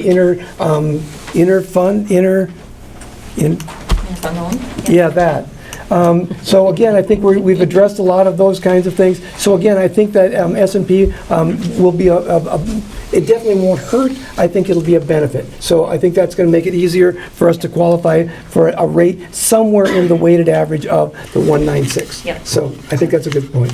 but all in all is because of the city's debt, but is what also caused it. Well, yeah, that's all part of it. Yeah. And again, we have taken some steps to reduce the debt. So again, are we a lily white, perfectly clean? That's not us, because we have a history and we're working on it. But we will continue to work on it. But we've made some steps that are making it better. And if it's the will of this council, we're going to keep taking those steps. And it's just going to keep getting better and better. One of the things that Rusty mentioned at the last workshop was the bond insurance. Yep. Is that something that we should be looking into, or? Well, and we'll go through that as we start to look at the structure. And how that works is we'll take a look at what bond insurance would cost and see if it really makes sense in terms of lowering the scale, the interest rates that you've got here. So if it costs more to do the insurance and it doesn't make sense that way, then we won't pursue that. That's something that we can just get a quote on. You don't have to lock yourself into it up front. And because you're negotiating directly with Northland, our desk will be able to tell us if there is insurance on these bonds, this is the scale that we would prefer to use. And if it makes sense to go ahead and purchase the bond insurance, then we discuss that with staff and make sure that it makes financial sense and actually helps out the bond issuance. Thank you. Jan, thank you. What else you got? Dave? Jan? When do we gotta let them know? Okay. Well, I think that in a moment, Bridget's going to read for us the recommendation on number 7. Otherwise, inside the packet that we were just given, there is a timetable in there that we would hopefully be able to follow relatively closely to make sure that we have the money in time to pay the contractors. So if there are no more questions, Bridget, would you please? With the recommendation to direct Northland Securities and city staff to take steps needed to issue bonds pursuant to the finance plan summary for the general obligation improvement bonds, Series 2016A, dated May 10, 2016. I'll make that motion. Fran, thank you. We have a motion. Can we get a second? I'll second it. Dave, you made the second? Yes. Okay, Dave, thank you. We have a motion and a second. Discussion. Hearing none, all those in favor? Aye. Opposed? Abstentions? Excellent, thank you. You have a marching order, Chris? Bridget? You can make sure we get this moving? Excellent, thank you. I appreciate it very much. All right, ladies and gentlemen, those of you that have agendas in front of you, the moment you've been waiting for. Can you feel the tension? Can you feel the excitement? Item number 8. Discuss Sand Company's housing project. Chris, I have a question. Is somebody from Sands is here going to help us with this process? Okay? You? Perfect. Can I ask you to do me a favor? Can you sit up here and please, no touching, no throwing. Do you want me at this end to abstain from this? Okay? Do you want to do it now or do you want to do it later? Do it till I can. Sure. Okay? All right. As soon as we get her seated, we're going to ask you to. Right now, are you guys going to do this introduction? There's no recommendation, there's no voting on this, right? It's just This is just hearing, okay? So if you're okay, why don't we have you come up here right now, and we'll have you do the presentation. Somebody wants to take my seat, you guys can go ahead. Explain, there it is, already taken into account. Just 1 second. All right, what I would like to do is to preface this just a bit. Please understand something. Earlier at the beginning of this meeting, we had an open forum. We allowed you to speak, and as you probably noticed, we did not comment on anything you had to say. The reason for that is we want to hear from you. Not to critique it, just do we want to hear from you. Now we're going to hear from Sands. If you look at your agenda, and I would ask everyone to do it, look at your agenda. Look at item number 8 of the agenda. At this point, what does the council expect they're going to be voting on as far as a recommendation? What I want you to understand is at this point in time, there is no preconceived notion. There is no preconceived recommendation. Am I saying there will not be one? I didn't say that. What I said is at this moment, there is no preconceived recommendation. Okay? So what we're going to do is we're going to listen to Sands respectfully and carefully. We're going to hear what they say. We're going to take some more discussion. And again, what I'm hoping to be able to do is allow more of you to speak. At the end of the discussion, because we have to keep it to a reasonable period of time, we'll give each of you a couple of minutes, if that's what it takes, to a reasonable period of time, and then the council will decide how we would propose to move forward from here. All right? So that's where we are right now. But what we need to do is, do you want to do it now? Yeah, I can. Okay, what we need to do is we need to make a public disclosure of something. So what we're going to do is give Fran Rambler just a second here, please. There's a conflict of interest because I live up in there. I'm going to abstain from everything, voting, and anything, no questions will be directed to me because of conflict of interest. Thank you. Okay, so again, what we just said is there will only be 3 voters on this process now. There'll only be 4 voters. I almost made the mess with the math. Sorry. There'll be 4 voting, not 5. Okay? Thank you. And thank you. Sorry. All right. When you're ready, and I know your computer is ready, it's just the screen that's not. I know I hate that. Do you have the bag, Chris, that the other cord was in? I know that cord will work. Yep. While we're working on this, anyone in here right now did not sign the clipboard, so you didn't get an opportunity to sign off on that? Has everyone had a chance to do that? No. You haven't over here? Okay. Do we know where the clipboard is right now? Got it? Okay. Are people out in the hall, have they had a chance, have they had a chance to sign? No? Okay, thank you. So after you're done, if I can ask you to pass it that way. Thank you very much, appreciate it. Ladies and gentlemen, I'm going to ask you to do me one more favor. It's going to take 33 and maybe 34 seconds. Oh, scratch it. I was going to say, while they're working on this, let's all just stand up for a second, because I think we've been sitting for a while. But since they're ready to go, I'm going to scratch that last comment, okay? Stay seated. All right. Sorry, Chris, we got it to work. I tried my other part. That's okay, good. Oh, that's fine. All right, so if I can ask you, introduce yourselves. Yeah, absolutely. And then let her... I'm Megan Carr. I work for Sand Companies on the development team.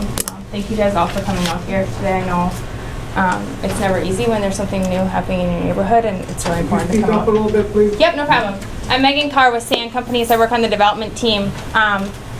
Thank you guys all for coming out here today. When there's something new happening in your development, it's never easy. I do apologize to those that heard about it in the newspaper. We have been in discussions with the city, and some of the newspaper information was not accurate, so hopefully we can clarify some of that. And also, I know our presentation was published on the website, so if you, a lot of the information I have today is the same as that, but if you haven't had a chance to see that, it's out on the City of Cold Spring website. This is Jeff. You want to introduce yourself? I'm Jeff Peterson. I'm the Vice President of Property Management for Sand Property Management. We oversee all of the rental property developments for Sand Property Management in the state of Minnesota and Florida. And we'll go through the presentation and answer any questions related to some of the information at the end of the presentation. Thank you for having us. See if all right, so we are development, architecture, construction, property management. We have procurement and then building maintenance. Jeff oversees all of our property management and building maintenance. So if there's any questions specifically to that, he can answer any and all of those. To date, we've developed over 3,000 units. We've done market rate, senior, HUD, tax credit, affordable, historic, hotels, commercial, other office, mixed use, and we've done a lot of renovation and rehabilitations. Our concept for this site is 32 to 36 units. That's still being determined how many units it would be. They'd likely be quad style with double car garages, a mix of 2, 3, and 4 bedroom units. We would have in-unit laundry. There'd be on-site management and some sort of outdoor recreation area. To give you an idea of some other communities, some other communities that we've done with similar style. This is Jordan Valley Townhouse in Jordan, Minnesota. It's 46 units. Just to kind of show you kind of what we've typically done. We manage this property. We've managed it since the day it opened. Morningside Townhomes, which is just down the road here in St. Joseph, Minnesota, and it's 32 units. Again, these have double car garages. These are, well, I think they're all quads. Boulder Ridge and Shakopee. We actually have 2 phases of this community. This phase is 52 units. And Countryside Townhomes in Albany, it's 12 units right near the main schools in Albany. Brickstone Townhomes in Chaska, and that's 32 units. Some of the older ones were built with single car garages. This community would have double car garages. When we originally presented to the City Council, we presented 2 options. This was our first option based on some feedback with different city members to look at the lots. We had originally anticipated doing something like option 2. The light would have to get shifted a little bit because there's a pond over there, but something like this. And we were asked and had more discussion to consider option 1, which includes more of the lots. We did, to those of you that live nearby, we did have a lot of discussion about how this would impact neighbors and how a rental community within other lots that are currently occupied, particularly lot 5, would have an impact on that. And this is how we kind of chose the layout of the lots, to have some sort of buffer with lot 6 on the top side, the north side, to allow kind of a transition to rental.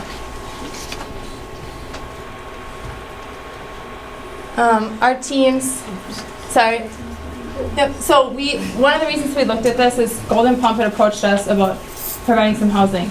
This is not guaranteed to be housing for Golden Pump. They have as much of an opportunity to live, their employees have as much of an opportunity to live there as anyone in this room or within the community or anyone looking to live there. All of these units are based on income, and they have to meet under, or they have to make under a certain amount, but they have to make enough to be able to pay for rent. And I can give you, I think the newspaper published some of this, I can't exactly recall, but to give you an idea, in Stearns County,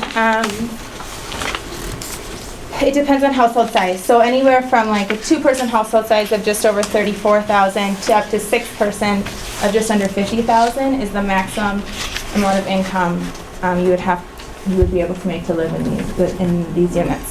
And with that, for 2-bedroom units, the rent would be $695 up to a 4-bedroom of $884.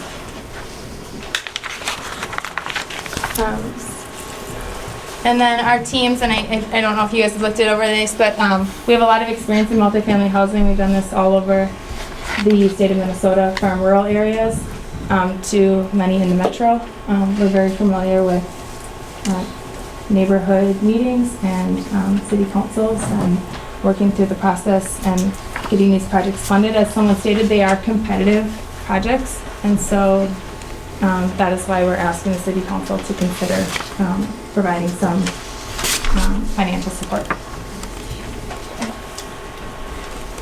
Our construction team, which is right here, and I'll go to property management. Jeff can speak to this. Yeah, Sand Company started property management in 1998. The first project we built was in Lakeville in '96, and after having built that project and having an outside management company, Sand Company has realized the importance of keeping it in-house, really protecting the asset, having more control over the management.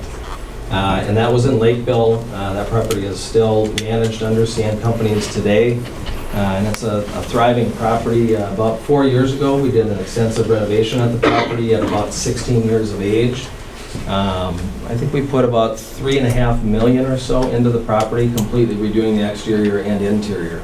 The city of Lakeville worked very closely with us and continues to do so in partnership to make sure that our properties are well maintained and well managed. Part of what goes into, and this is a little off of this, but part of what goes into a property like this, anytime there's tax funding utilized for affordability purposes, you're subjected to annual physical and file inspections to make sure that you not only have met all of your criteria related to the people that can live there and their incomes and their assets and all of that stuff, but also related to the physical property itself, making sure that the property maintains a high degree of physical asset stability.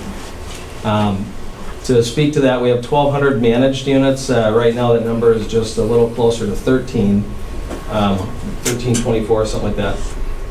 34 properties, over 55 associates currently, 6 leadership team members, all of which average about 15 years of time in property management. And that could be anything from senior housing to affordable housing to market rate housing and kind of everything in between. Then we also have a full staff of human resources that hire and train and work with us, all of our staff members within property management. This is just a quick snapshot of a few of the associates. Do you want to talk about? Yeah, so we are considered a professional third-party management company, so not only do we manage the properties that we build and develop, we also manage for independent third-party owners. We do in-house all of the hiring and training of the on-site personnel, which most often includes a property manager and a caretaker. Someone who lives on site, works within the community, may have a full-time job at the local Colburn's or Market Fresh or whatever you have, and they live on site and they help kind of maintain the community in terms of picking up and helping clean units and just kind of being our eyes and ears on site, if you will, even after hours on weekends, things like that. They have Teals here, Trev. Oh, there you go. Thank you. Yeah, thank you. We are a member of the crime-free, drug-free multi-housing program. We maintain that program even within communities that do not have a formal approval of that program within the state of Minnesota, and it's really community-driven. Communities that participate in that are Sartell, St. Cloud, Bloomington, Lakeville, a number of communities. We maintain that criteria at all of our communities, regardless of whether the specific municipality requires it or not. What crime-free, drug-free, multi-housing means is that everyone signs a crime-free and drug-free addendum when they move in, which requires them to not do drugs, not commit any crimes that would be a violation of what their lease requires, and if it is, we have the right to terminate their lease. We use a third-party screening company to do all of our initial background checks, so we check for income, credit, criminal history, and then their rental references or rental history.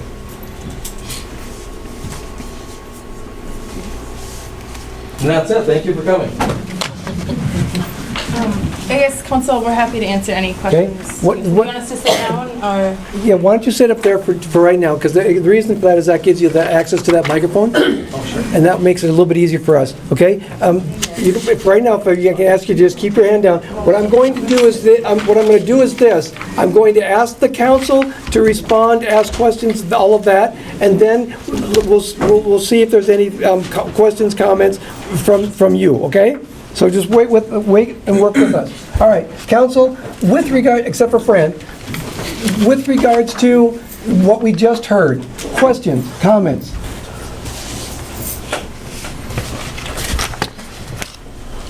For clarification, is this Section 8 housing? It is not. Okay. Are you asking for any reductions in sewer hookups, water hookups, fees, other than the assessments and the price of the lot? No. Okay. We plan to pay full assessments, not assessments, we plan to pay full fees for SAC and Marsh. And building permit and other fees associated with that. Okay. I believe park dedication has already been paid. Already been paid. What else? Are you, okay, I know something was said on WJON. You're not partnered with GNP, are you? No. Okay. The GMP has no intention to become a housing partner. They may provide some participation in the form of a low-interest loan, but they would in no way be an owner of the community, and they do not want to be. And that would be simply if they were to do some sort of funding. I don't know if they will or not, but if they were to, it's simply to potentially provide housing for some of their employees. We cannot limit, per federal and state requirements, we cannot say Unit 102 is for only GMP or Unit 20, whatever. We can't do that. And so it is really a first come, first served basis and based on qualifications. So someone calls today, we have the building available, there's no wait list, and they fill out the application as the first one there. And they meet all of the rental and screening criteria, and they're able to afford to pay rent, and they don't make over a certain amount of money. Our property management would sign off and say, yep, this person looks good. Then it would go to our St. Paul office where our compliance team is located. They would review the file to verify all of the requirements for this particular community are met, and then they would be able to move in. Do you know what the proposed split would be for the number of 2, 3, and 4 bedrooms in this? At this time, we don't know. Okay. Originally, we were looking at only 3 and 4 bedrooms based on a lot of our other communities that we've done, and GMP said that based on feedback they're hearing that 2 bedrooms might be a good idea. And so we have done 2-bedroom units before, and so we haven't determined that split at all. I know we had I mean, we're open, if it's something the council says, we'd like to see this, we have to run the numbers to make sure it works, but we had a community meeting, and Golden Pump, Cold Spring Granite, and the brewery were all represented and all said that they are, one of their challenges to their workforce is housing. Yep. Interestingly enough to that comment, we heard from Marvin Windows, who we're building a new property in Roseau, and Marvin Windows is looking for 4 bedrooms.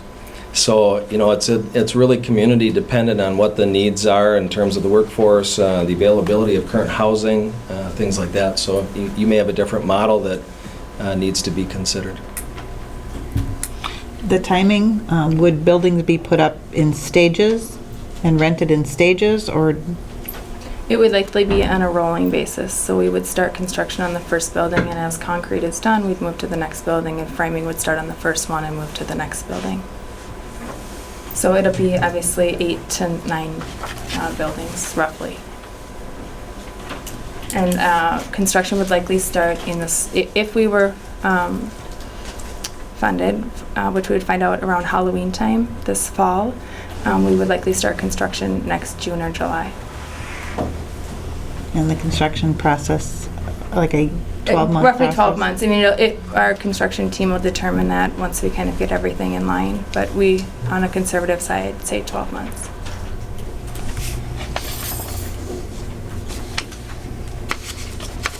Council, what else? No more questions. Okay. First of all, thank you for being here. Thank you for sitting in the audience and hearing what we've talked about so far. We have some very serious concerns. We have concerns with regards to traffic, with regards to noise, with regards to, you mentioned that we have, you have in place some standards, drug-free, crime-free, that kind of stuff. We would like, if you would please, to talk to us a little bit more about that so that we can feel, again, if you would, traffic, talk a little bit more, please. Please speak up so we can hear the back too. Absolutely. Thank you. Well, I thank you, Mayor. First of all of your concerns are valid and great concerns. We're not here to take away any of those. They're good concerns. They're concerns that you have, and there's nothing that we can likely say that I would say would diminish what those concerns are. And the concerns you've raised, by the way, are concerns that every community has and should have. They're great questions to ask, and the only way that, and I would say this just kind of in general, but your community is one that has existed for a long time. The economic conditions of the current area are good and good enough that it supports potential growth. And it supports not only potential growth related to housing, but it supports potential growth related to commercial and retail spaces, but controlled growth. And that's why you have a city council that has to weigh all of the concerns that you've raised and balance that within what its planned uses of all of the spaces within the city are, and really help balance that.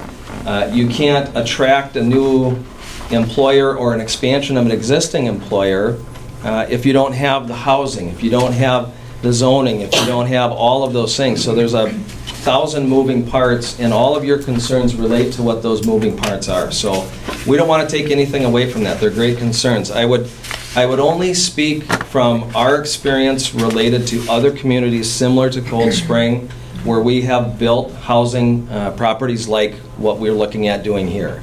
The property in St. Joseph, just up the road, Morningside, is a great property. I think you had mentioned that you live there or someplace probably near there. It was a different neighborhood type. Okay. But yeah. And frankly, as much control as we can put in place, as many restrictions and requirements, we're no different than any other community that is still susceptible to the same issues that are going to happen anywhere. What we can control so much, but what we can't control is what other people do every day, all day long. We can do everything we can to try and help mitigate those things, lessen the potential risk related to those things. Everything that Sand Companies does, and I would speak just directly to this for a minute, is related to long-term protection of the asset. And we have compliance team that's currently comprised of 3 associates within Sand Companies that do nothing but make sure that what we do is protecting the long-term asset, mitigating the risk. We have a vice president within Sand Companies of risk management that does nothing but help us look at, do our building types, do the way that we construct our units, does the construction within the property help provide and promote for a safe environment? You speak to the traffic issue. The traffic is a great concern. That's one that this development or any other development or business that comes into the community really has to rely on, traffic studies and evaluations done by public works and utilities and things like that to really help monitor those things and find out what is the best way. What's the long-term growth? Not only looking at what's the best way to control it now, but how about 10 years from now?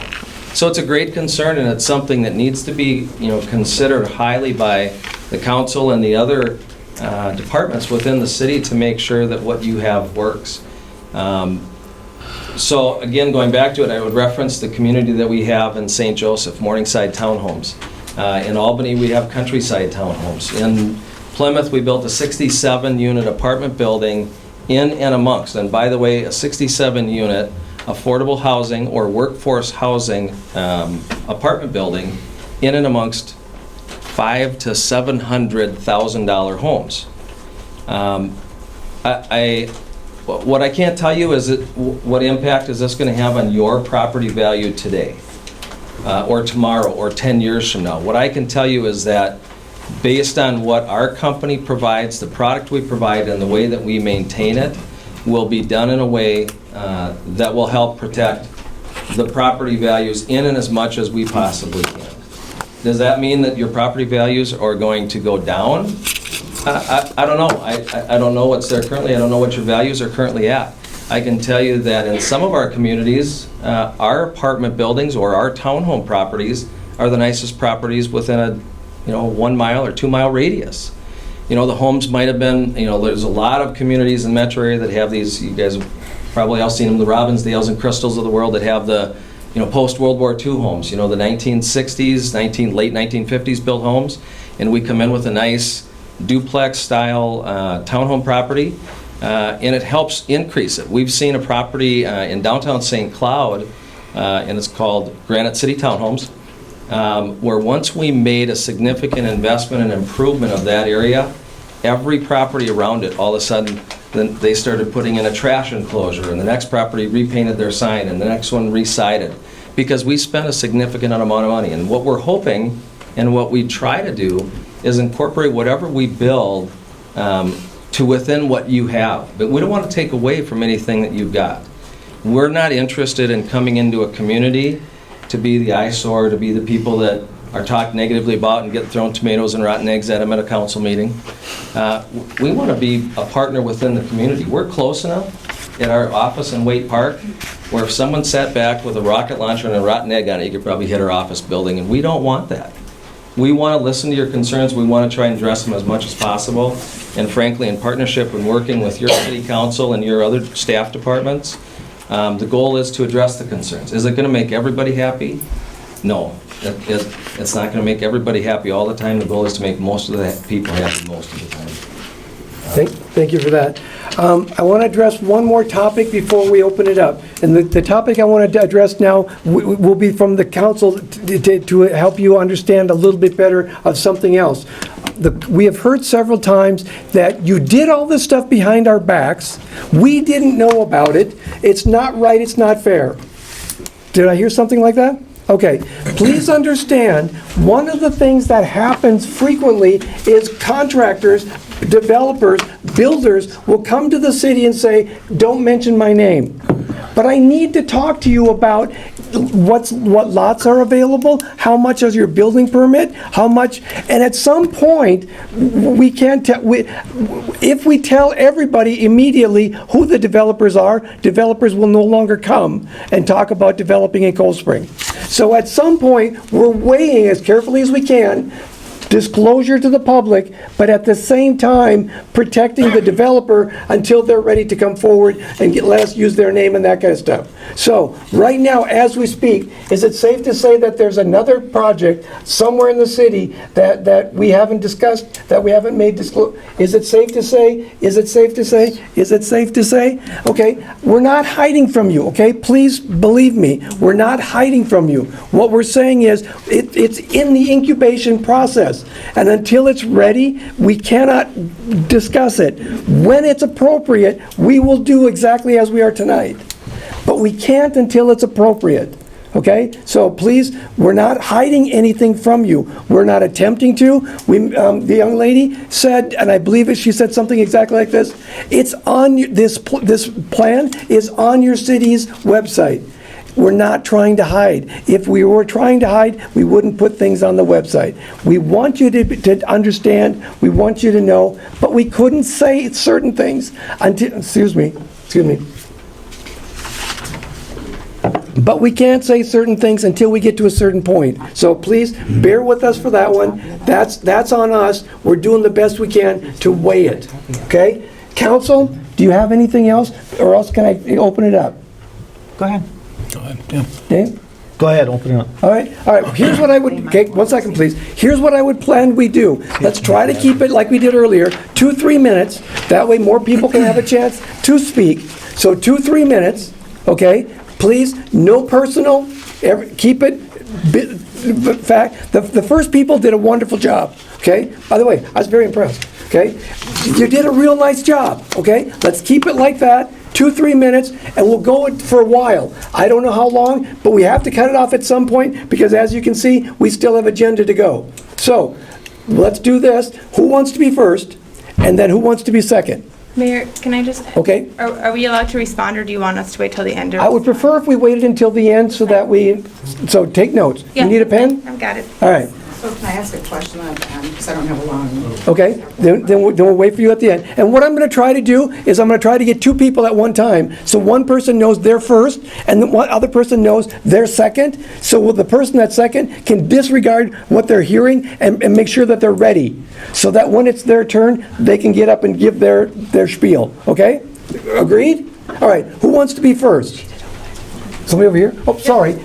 I'm not ignoring you. I didn't see you. That's all right. Okay, so you So want to be... mine will take like 60 seconds. Now wait, you'll be first. Who's second? Okay, you're going to be second? All right, you're second. First. I Please bought tell us your name. Krista Tyson. Thank you. And I bought up in Rookery about 1.5 years ago.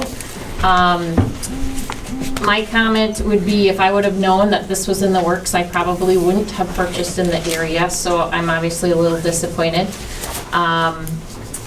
I'd like to know from Sand if, you've done these low-income homes, townhomes elsewhere, you must have statistics where you've built these next to developments like we have. What has happened to those property values after being in place after a year, 2 years? I can't specifically speak to many of our properties. I mean, it varies. It does vary. We have, like Jeff was saying, we have a community in Plymouth, Minnesota that right behind our building, homes are selling for $500. 2 blocks down the road, they're selling for almost $1 million. It depends on the community. But what happened I can tell since you, they've been in? What were they? What are they today? They're still building and selling for. There's So a you're second saying phase. they stayed the same? This is in that community. I would say they've stayed the same or even gone up in value. This D.R. Horton, who is the developer right behind us, is doing a second phase behind that development based on selling. Okay. I can say on a national basis, there's been studies that have been done that indicate that there's no correlation. I did not conduct those studies, but there are studies out there that say there's no correlation. Okay, thank you. So We'll come back. Okay, she's next. Who's after that? You're going to be after that? Perfect. Okay, please. Hey, I don't have a spiel, I just have comments after listening to everything tonight. I'm just curious, Sands Company is a for-profit or a non-profit company? We are for-profit. For-profit.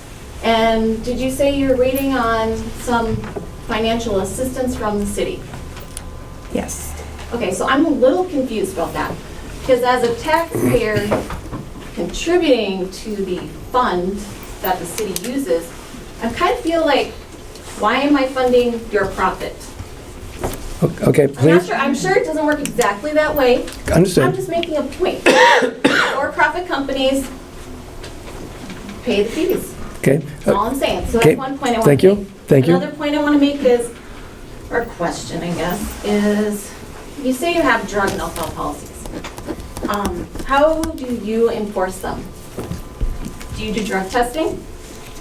Okay, and again, later, Johnson? later, Curious about that. later. And then why are all the units low-income housing? It's America, we're supposed to be a thriving nation. Why would you want to put a cap on a 4-bedroom, 6-people townhome of $60,000? Why would you do that to somebody? Okay. I need to have some explanation. Perfect, thank you. Thank you very Why much. not just build it affordable and people can just, maybe make the lots affordable and people can just buy their own house and build their own? Okay, Rather than perfect, have a company come in, make a profit off of people who are already low income. perfect. Thank you, appreciate it very much. Okay, you're gonna be next. Okay, you're gonna, wait, no, wait, one second. Who's next? After she's done, who wants to be there? You back there? Okay, perfect. Okay, please. Okay, I just have one thought for consideration, and that is, there's such a difference in the type of building that you do.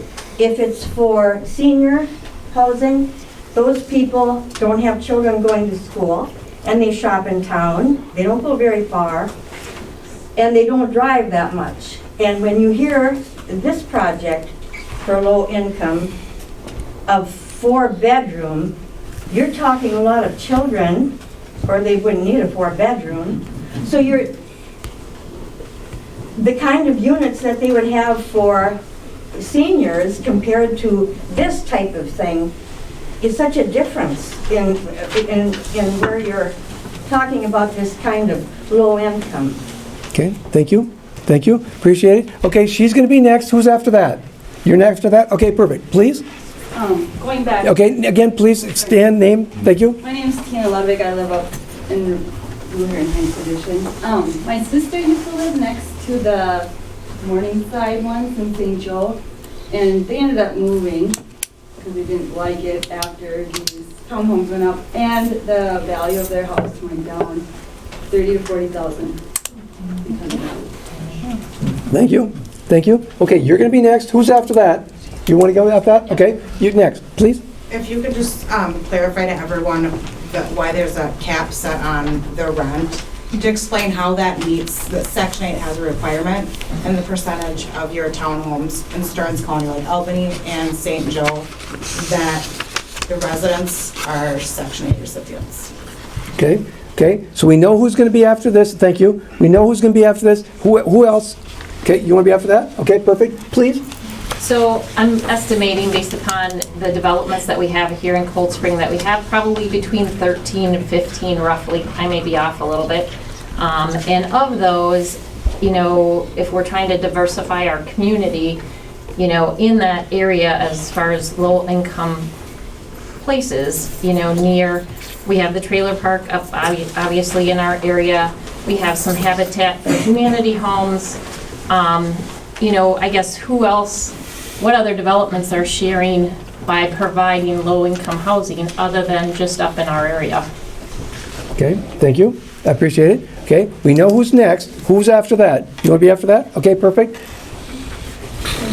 Okay, there you go. I'm Sarah Paulson. I live on 810 3rd Avenue Southeast in Blue Heron Heights neighborhood. I don't have specific questions. I just wanted to basically read what I wrote to address the council mostly from there. I oppose this rental housing project being located in my neighborhood. I have been a resident of Blue Heron Heights for the past 11 years. It is a quiet, single-family residential area filled with hardworking people. We take great pride in our home and our community. As you know, there is only one way in and one way out of our neighborhood currently. My home is located near the end of 3rd Avenue Southeast, where it starts to curve into Rookery Drive. Just about everyone that currently lives in our development has to go by my residence to leave and to come home.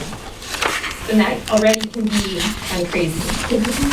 Add in the proposed housing project of 32 to 36 units where we can estimate 2 cars per unit, and you can understand my concern about the level of traffic that brings into the development past my home when there are no additional outlets for the increase of residents and the traffic it brings.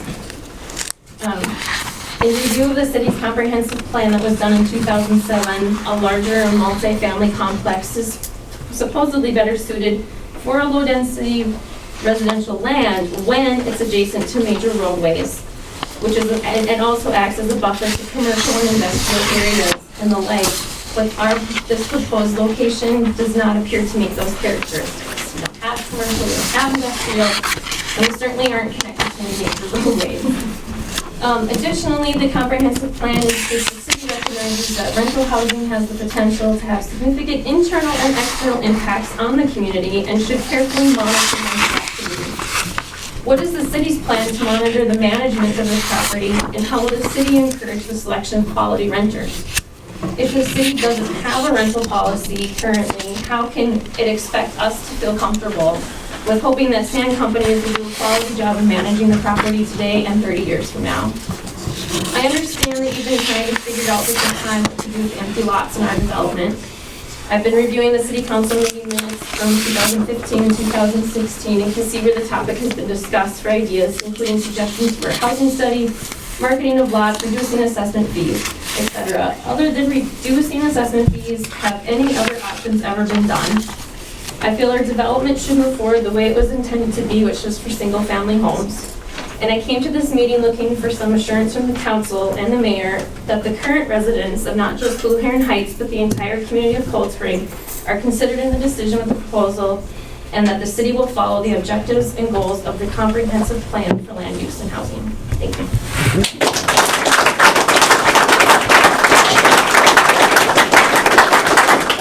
Okay, we know who's going to be next, who's after that. And we'll probably take 1 or 2 more after this next guy. You want to be after that? Sure. Okay, perfect. All right, you're next, please. My name is Glenn Ludwig, live up in Blue Heron Heights Edition. She did cover most of the concerns and interests of mine, I guess. So just to reiterate and comment on those again. Concerns of property value is one of the bigger things, and they mentioned, you know, sometimes values go up, sometimes they go down. And I believe it makes sense, you know, given the environment that it's placed within. Seeing that there are large family homes there now already, to put in a lower income housing, I believe would affect the entire area by decreasing those values. If the area truly needs affordable income housing is one thing that may need to be considered on a separate note, if that's the type of people we want to bring into the community already the way it is. That may be better off placed in an area where values may be suffering, that it could actually help those values, if that needs to be done. I guess, yes, everything's been touched on already. That was kind of one of my other thoughts. Okay, thank you. Okay. Okay, so we know who's going to be next. Who wants to be last? You want to be last? Okay, you're going to be last then. All right, please. John Kramers. I guess I'd agree with what you had said in that we moved here 2 years ago. If somebody would have told us this was going to happen, it wouldn't have even been a consideration. I guess I had a couple of questions on, you know, you talked about all of your policies with drugs and stuff like that. As a landlord in St. Cloud, you painted it pretty rosy, and it not always is. How do you evict those people? If they do violate it, how do you monitor it? I don't know. I guess one of the big questions is, you see the no support from the community, why even pursue it? Is, you know, one of our biggest questions. If nobody wants it, you know, as a community, why would we do it? And then nobody's really said, you said the article was untrue about how much, or I guess we haven't heard the real number of what the city, what are you asking for from the city? Is the 700,000 accurate, or what is that number? Okay, thank you. Appreciate it. Thank you. All right, what we're going to do now is we're going to let our last speaker, last questioner, and then what we're going to do is we're going to give Sands a chance to address some of the concerns that have been raised, okay? And then if we have time, maybe we can take some more, if you will, rebuttal. Otherwise, we'll give the council a chance to ask some final questions, and then I'm afraid we're going to have to shut it off for tonight. But again, we'll try to bring it to some resolution, okay? So, please. My name's Greg Henry, and I'm a resident of Woodland Hills, and I'm also on the board for the Homeowners Association. We only became aware of this last Thursday when I received a call from you, and partly because you're interested in accessing our road. Excuse me.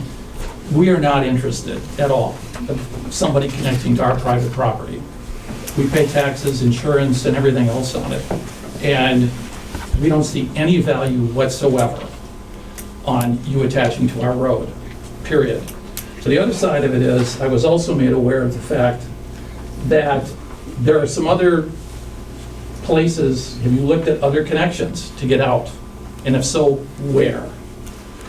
And at the same point, why donate the property to them when we have perfectly good builders up here? You could, if you're gonna give the land away, give it to them, build the type of homes that you wanted originally, which were single-family homes, or possibly senior homes and the rest of it. Some of the other applications is, what is, I'm also looking, when I saw the 4 bedrooms, it's like, how many people are you going to allow to live in a 4-bedroom apartment? Are we looking at 4 people, or are we looking at 8 to 12? Okay, please. Please. Thank you. And, for materials and the rest of that. I mean, I guess you're looking at, as long as you're not accessing our road, it has no effect on us. But the moment you start talking about it, it does affect us. And years ago, they did talk to us. We really had absolutely no interest in connecting. I mean, we just invested $30,000 in a road this past year. So we're really not interested at all. Thank you. Thank you. Thank you. All right. And again, please, I'm being sincere. Thank you all for your attending. Thanks for your comments. Now what I'd like to do is let's turn to Sands and let them address some of the concerns that they just heard. So, please, if you would. Yeah, thank you guys all for your feedback. I'm trying to figure out where to start here. I guess to start with on the income limits and kind of the low-income housing tax credit process. Often it's referred to as Section 42 housing. That has to do with the IRS code that the funding is provided under through the federal government, which is then allocated to the state of Minnesota. And then that is allocated out to the state based on a scoring system that is done by Minnesota Housing Finance Agency out of St. Paul. And they look at a variety of criteria from legislatures to different commissioners to the governor's priorities, and that is how the scoring criteria is determined. From that, one of the major factors of the scoring is local participation, and that is one of the reasons why we're asking the assessments and a reduction in the purchase price. State law allows us, if the property's been foreclosed, it allows the county and the city to reduce the purchase price of that lot for low-income housing tax credit or affordable housing communities. We have done this on a few different communities where we've been able to work with city council or the county to purchase foreclosure property at a reduced rate. We're asking the city council to consider $5,000 for the single-family lots, which are the ones on the south side of the road. For the duplex lots, we're asking them to consider purchase price of $7,500, which are the ones on the north and west side of the road. With that, the county would take $2,000. That's a per lot basis. With that, the county would take $2,000 of that. To give you an idea, we're in the process of another community in the metro area, and the county agreed to sell us the property for $1. And so we feel like this is obviously not $1. We feel like it is, a substantial amount of money. While I recognize that it's not maybe what the selling price in the community is, it would allow your employers within Cold Spring to potentially have housing for future employees and to continue to grow economically within different sections of your employment base. I would just build on, because I want to respond quickly to the question that Megan just started to refer to. The Section 42 code of the IRS is really what sets, and I think that was your question. That's what sets the income limits. So when you build utilizing tax credit funding, we don't actually have anything to do with what those income limits are.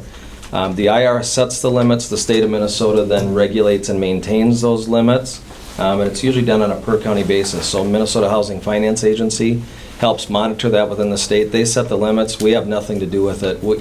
Any project built within that Section 42 tax code has to comply with whatever those limits are. To give you additional information, in general, in rural communities, we're able to build a better product because we're able to utilize federal money. Basically, those tax credits get allocated to us. I believe someone mentioned earlier that we would profit off those tax credits. As sand companies, we don't actually profit off those tax credits. Those are sold to a syndicator, which is a national, basically, fund or investor group, and they become part owner in our group. Companies like Nationwide Insurance, they go through a syndicator, Citibank, US Bank, Wells Fargo. They come in and they hold us to very strict standards. If we have to sign guarantees for all of that to abide by all of the federal laws.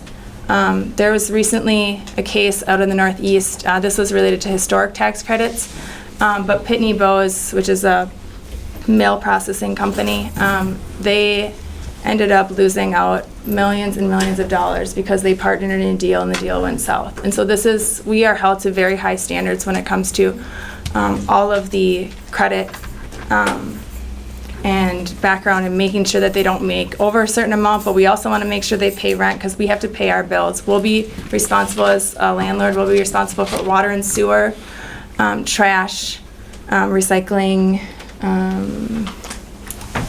and maintenance of the property. The residents are responsible for heating, cooling, and other electric. And so, we do have to make sure that we maintain our properties. The city will hold us to the same standards they hold a homeowner to. The other thing, I know that's kind of been brought up, is the whole part about it being rental. And I just want to kind of have you each think about, if you were able to do, was the city able to do a background check on any of you? Were they able to do a credit check? Do you know what your neighbor's credit history is? Do you know what your neighbor's background? And you don't. In rental communities, we know all of that, and they have to pass strict criteria that we set. And that's set not based on necessarily what we want. Our funders, Minnesota Housing Finance Agency, looks at that criteria and says yes or no. If we're not strict enough on something, they will say, nope, you need to adjust that and you have to meet this standard. If our syndicator says, we don't like the fact that you allowed someone who claimed, you might allow someone who claimed bankruptcy in 1995, change that. They can't have any bankruptcy in their background. Those are all things that we negotiate and that that our funders and whatnot set for us. And we have to uphold those responsibilities or we can be in violation of a lot of different things. So in some ways, you will know, maybe you won't know the names of the individuals, but you will know that these people have passed a minimum background check, a credit check, a criminal history check, better than you would in your own neighborhood. In the second part of the question, I think that was asked was related to, it kind of comes to the, profit, nonprofit, for-profit issue a little bit. And as it relates to Section 42 housing, and your question related to the income limits was a great question. The second part of that is whether you're nonprofit, for-profit, or something else in between, as part of a Section 42 housing property, not only do you have income limits, you have rent limits. If someone was to come in and not use any funding at all and be what you would refer to as a market rate property, that owner can set that rent limit wherever they want. Kind of the sky's the limit. So if you have all kinds of amenities, if you have pools and saunas and hot tubs and all kinds of stuff, and you can get by with charging $2,000 a month rent, great, more power to you, charge it if you can get it, and you move on. In Section 42 affordable or workforce housing, you do not have that opportunity as an owner. your revenue or your profitability is capped or restricted based on the fact that you are building housing that provides housing to those that otherwise may not have it available to them at certain rent limits, and you can't exceed those rent limits. There have been a number of years based on the economic conditions in the state of Minnesota where as a Section 42 housing owner, in fact, I think it was 4 years in a row, where no rent increases were allowed in many of the counties throughout the state. So you have capped restrictions in terms of what someone can earn. The owner, as the owner of the property also has capped restrictions on how much they can make because you have to stay within the rent maximums.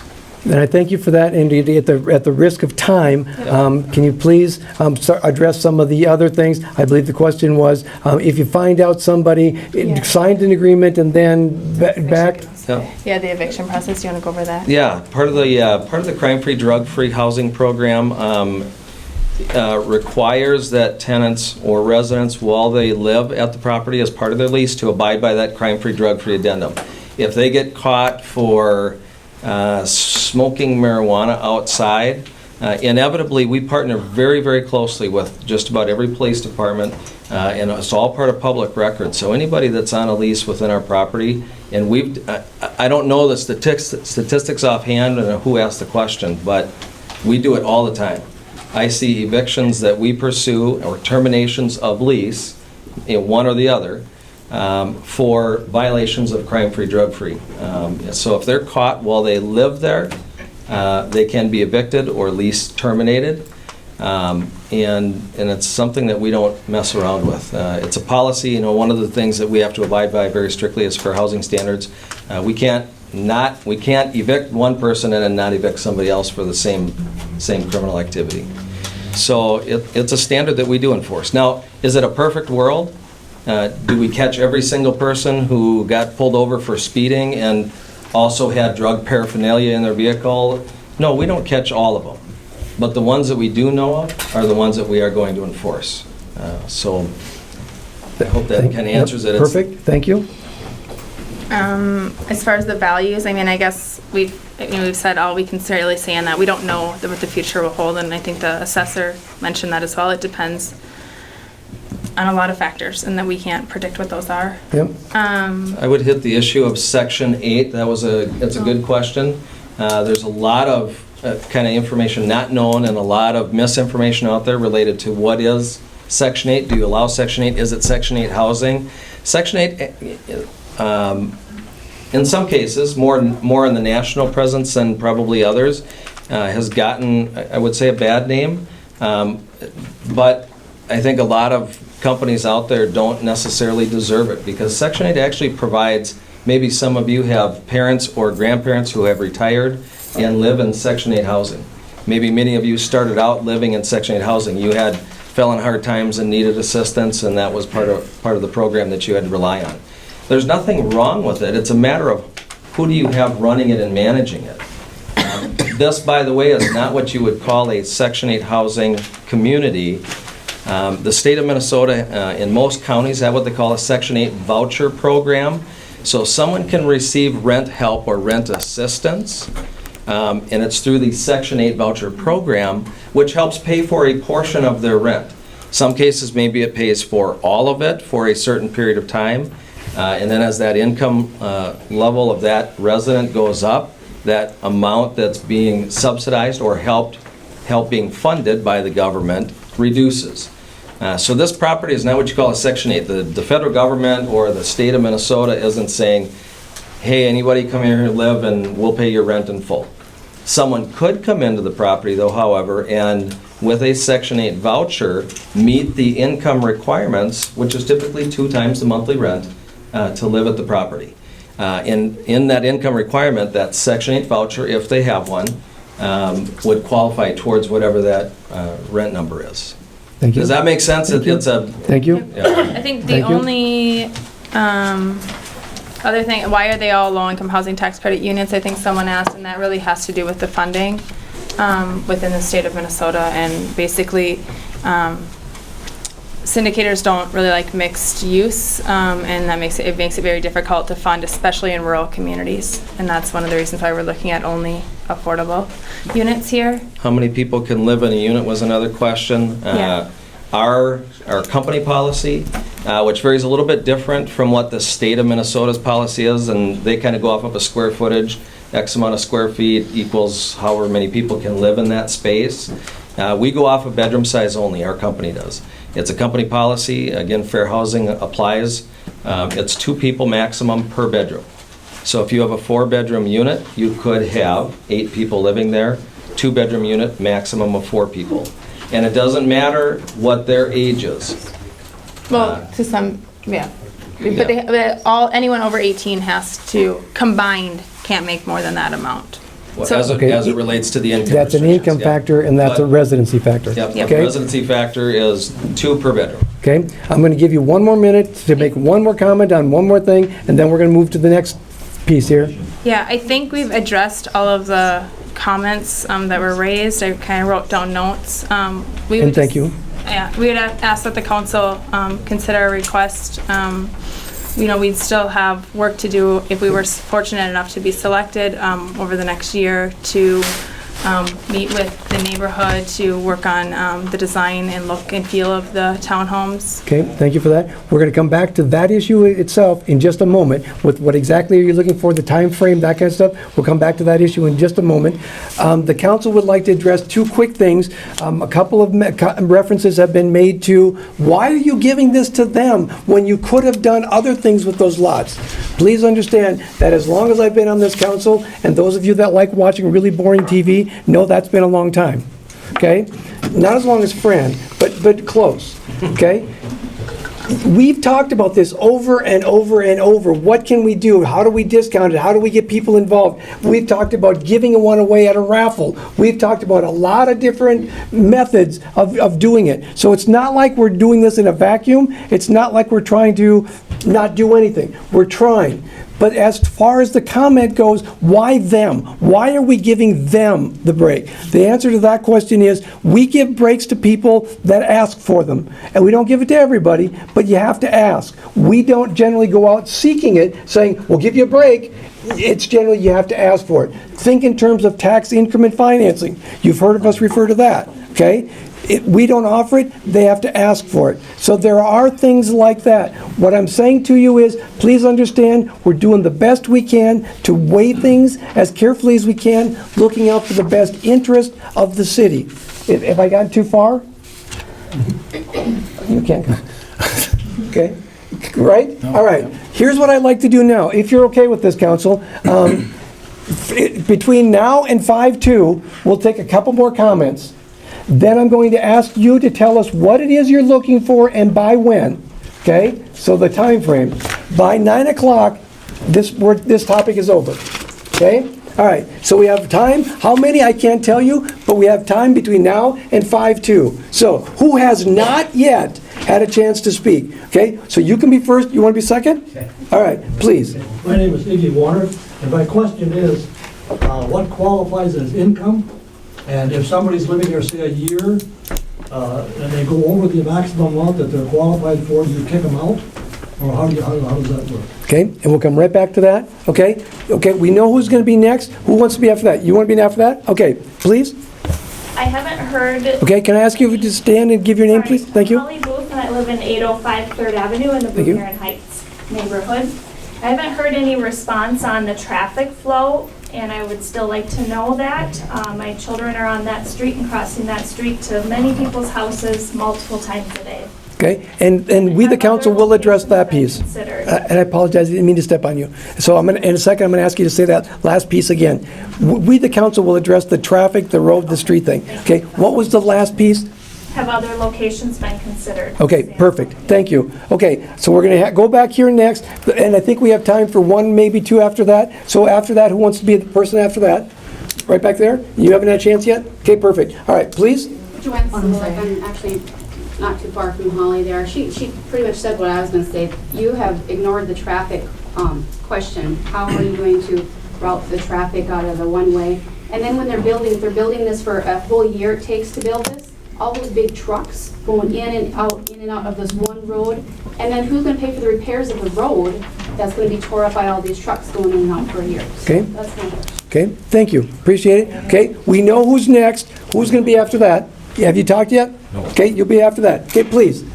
I'm Terry Beck, lived in Cold Spring for 31 years. And what Golden Plump wants to build at, we all know who's gonna be living there.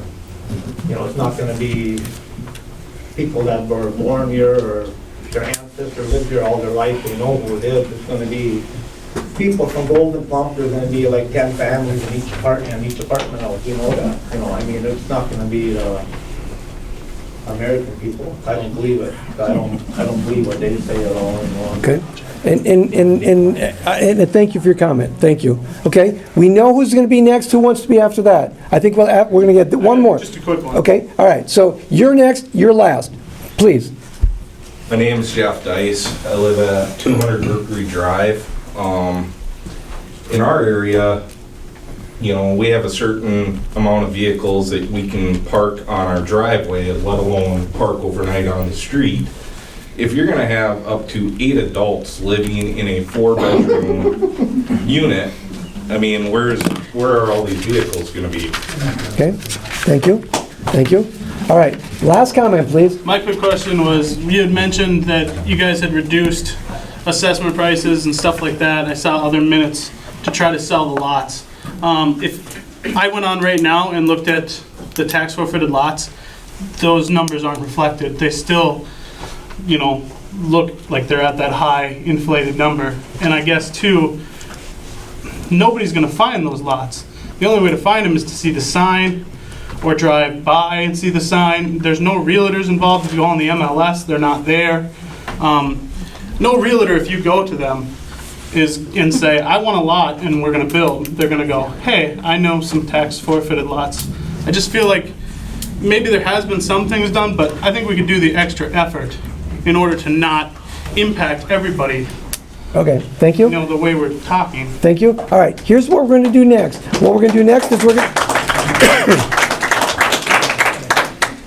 Thank you. Here's what we're gonna do next. We're gonna give you a chance to address that, the comments. The council is going to address as best we can, in general terms, the traffic, the road, that kind of stuff. And then we're gonna ask you to tell us what it is you're looking for and the time frame involved, okay? Please, address the comments that you just heard. So I apologize for not addressing the traffic. In prior conversations with the council, that was really something that they were addressing and discussing, so I didn't mean to ignore that request. I just should have brought it up as that way. With what qualifies as income, do you want to talk about that in 1 second? I just want to, so if income does increase, because this whole community would be low-income housing tax credits, when an individual moves in, they qualify based on income and everything else, and then if their income goes up, they do not need to recertify. And what this allows them to do is to be able to build savings to move into other housing eventually, which is, in my opinion, and I'm not speaking for the company, I'm speaking for myself personally, I think it's a great thing to allow individuals to have other options as they are able to afford more things and save up that money. And so we do have many individuals in our communities that do choose to buy houses after 4 or 5 years living in a community, really getting established, getting their kids established within the school system. And that's their home now, and they want to live in the community, and so they do buy single-family homes. Okay, thank you. I'll just list off a couple of items that qualify as income. Social Security, child support, alimony, any sale of assets or the value of any existing assets, stocks, bonds, 401k, savings account, all of those items are considered as it relates to qualifying somebody income-wise. As well as, obviously, if they have a job or two, what they're making on a monthly basis. Okay. As for other locations, we did look, I don't remember who asked that question, so I apologize for not looking at you, but we did look at a lot of other locations. This location was brought to our attention after several meetings with different community groups to consider this. Who was it brought to us? There was a collaboration between, we've been in conversations with Stearns County HRA located out here, as well as the city, different city staff, and council, planning commission, EDA, and other organizations. And then as to multiple families living in one unit, Jeff, do you want to talk about that? Typically, and so to your point, yeah, you could have 8 adults living within a 4-bedroom unit. As it relates to how many vehicles they can have, they can fit whatever they can fit in their 2-car garage. So typically 2 cars or 2 smaller cars and a motorcycle potentially, or a couple of bicycles. And then 2 cars on the street. So that would be the maximum that you could have. They won't be able to park on the street. I'm sorry, in their driveway. In their driveway. Sorry. Do we have any units that are 3 or 4 bedroom that have all adults living in them? I cannot think of a single one where there's. The intention of it is multifamily, so you know the attraction and the most typical demographic is families living there. Is anyone over 18 living there subject to the drug policies? Everyone is subject to it. Okay, all right, thank you for that. Can I add one more thing? If you're over 18, you're required to be on the lease and abide by all of the requirements under that lease, including any addendums. Thank you. All right, council, let's real briefly address for them the concept of traffic, roads, that kind of stuff. And again, I get the privilege, because I'm sitting at this desk, I get the privilege of saying it, and if I misspeak, they get the privilege of saying I'm wrong, okay? Basically, what I'm saying is this. As a general rule, this is not a quid pro quo. We're building a road when the city decides, how the city decides, where the city decides. We're not going to do it just because someone is or is not building a development, okay? You have an input as far as our homeowners association feels this way. Those are the things that we will take into consideration. Again, one of the things that we know is that is a concern. We know that, but we have the similar concerns in other areas. The city is working on that. The Planning Commission is working on that. We are looking at it. Will it happen? Again, I can't speak to timeframes, but we are addressing issues. Is it going to be a quid pro quo? If you let us build that out there, we'll build you a street, and then everybody will be happy. Promise? We're not going to do that. Okay? We will not do that. What we're saying is we will address traffic, we'll address streets, we'll address those kinds of issues, but that's an issue, not all at one time, okay? Is that okay? Have I overstepped myself too far? No. Just a little far? All right. Last words. What I want to hear from you, please, what is it you're looking for from the city, and what kind of a time frame are you looking for as far as what you want from us next? We tonight are asking for City Council recommendation or approval to ask the county to sell 5 duplex lots for a purchase price of $37,500, which is $7,500 per lot, and 8 single-family lots with a purchase price of $40,000, which is $5,000 per lot. And that our ask with regards to the lots would be that ask would happen before the county board meeting, which happens next Tuesday, which is when the county would be able to take action on that. Okay, so can I try to see if I can paraphrase what you just said? And then additionally, we're asking for a waiver of the assessments on all 13 lots. Okay. So can I try to paraphrase?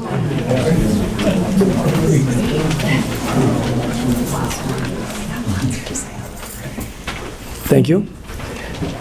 What you're looking for tonight is a commitment that if you get the funding, we will agree to sell the lots. If you don't get the funding, all we're doing tonight is having a really nice conversation. Yes, but we would need, in order to move forward with our funding, we would need a contingent purchase agreement between the county and the city, and then between our entity and the city. Okay. But that would be contingent on the funding. On the funding, yep. And as part of this whole thing, parking, all of those kinds of things, you still have to comply with city code with regards to all of that, right? Building codes, parking, all of that stuff. So there are still obstacles, there are still hurdles, there are still considerations to be cleared. But for tonight, what you're looking for is, would we, the city, be willing to sell you lots if you can get the financing?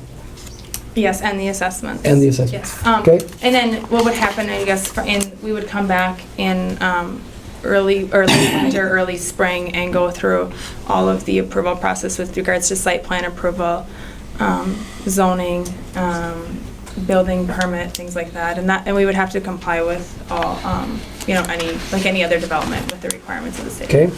Can I just ask one quick question? Okay, so it's a contingent offer. Are there any safe harbors that can be built into this contingent offer so that in the event something happens in the future, subsequent knowledge is gained or whatever, is there a way that we can make it such that we can still back out? Or is, once we agree to this letter tonight, if they can get the financing, we sold the lots? I would recommend that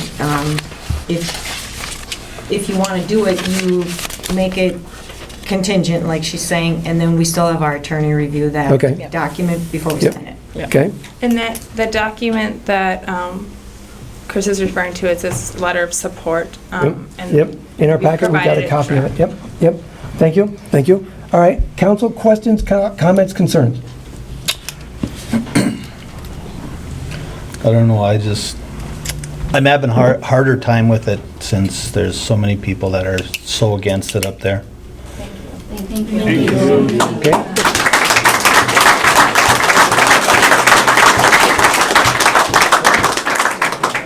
I have a question in regard to the level of participation from the city. So if it's not the full request that you're asking for, is it not a viable project? It's not necessarily not a viable project, but it's maybe not as competitive on a statewide level of being funded. Okay. If there was enough residents buying the lots, would you sell them that cheap to us? Okay, that's a different conversation, and I would definitely have to have a conversation about that one. Okay, please, all right, please.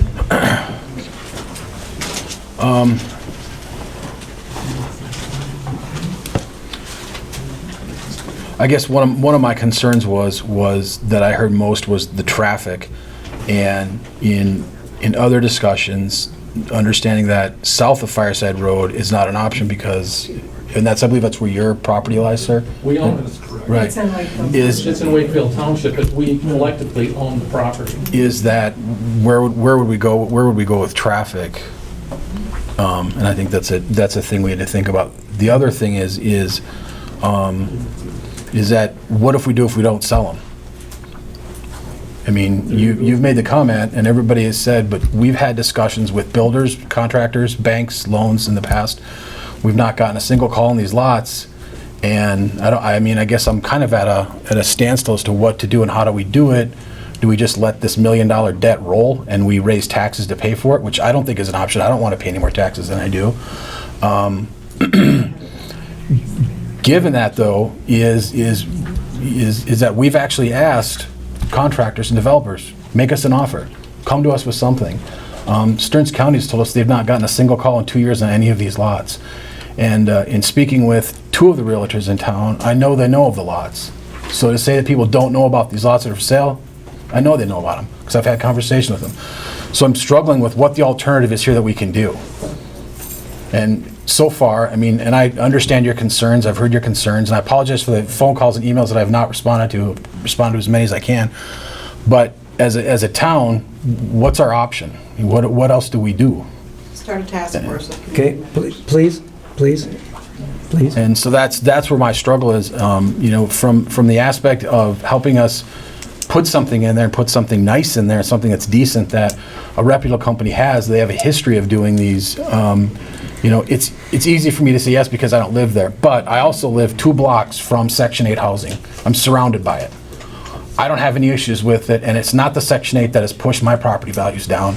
It's people selling below market value to get out of unaffordable loans is what I've understood. So, I'm kind of at a standstill here as to how to go forward with this, and not do something like this, or not do something like this in some other area. I guess that's my only comments for right now. Appreciate that. Thank you. See, another area, I think this is a good idea. We need housing. We need more housing in this town really bad. This area with only one way in, one way out, and it doesn't look like we're gonna get a second way out. That's where I'm really having a hard time with it. Thank you. Jan? Yeah, I mean, I agree with a lot of what Jamie said. I live by Granite Ledge Townhomes. They're the same type of a property, and I haven't seen any impact on the neighborhood or the values. And again, we've been sitting there with these lots. We've got $1 million sitting out there in infrastructure that's deteriorating as we speak. We've cut the assessments in half. Again, we've met with many, many people and tried to encourage them. We can't, if somebody wants to come and say, I'll buy one lot, that doesn't help us. They're coming in willing to buy a chunk of them. And so I'm torn. Please, please, please, please, no, please. Thank you. In its response to the senior housing isn't what the demand is for. The Granite Company, the brewery, Golden Plump, all these industries are the ones that are saying we need workforce housing. We don't need the senior housing. And you know what you're needing housing Okay, for. please. Thank you. Again, my 2 cents on this thing is this. Again, the city has held meetings with developers, with builders. We had a meeting and we invited them together and we said, this is what we're trying to do. And so that we know they know. Okay? We know that realtors know because we've told them. Builders, one of the things that we do, there's a person in the audience tonight that's a developer, and we tried very hard to not undercut the price of their lots because of, again, of a fair economy, all of that kind of stuff. We have done all we could in order to make it as equitable as we can. What we are trying to say is this: we need housing. Is this the ideal location?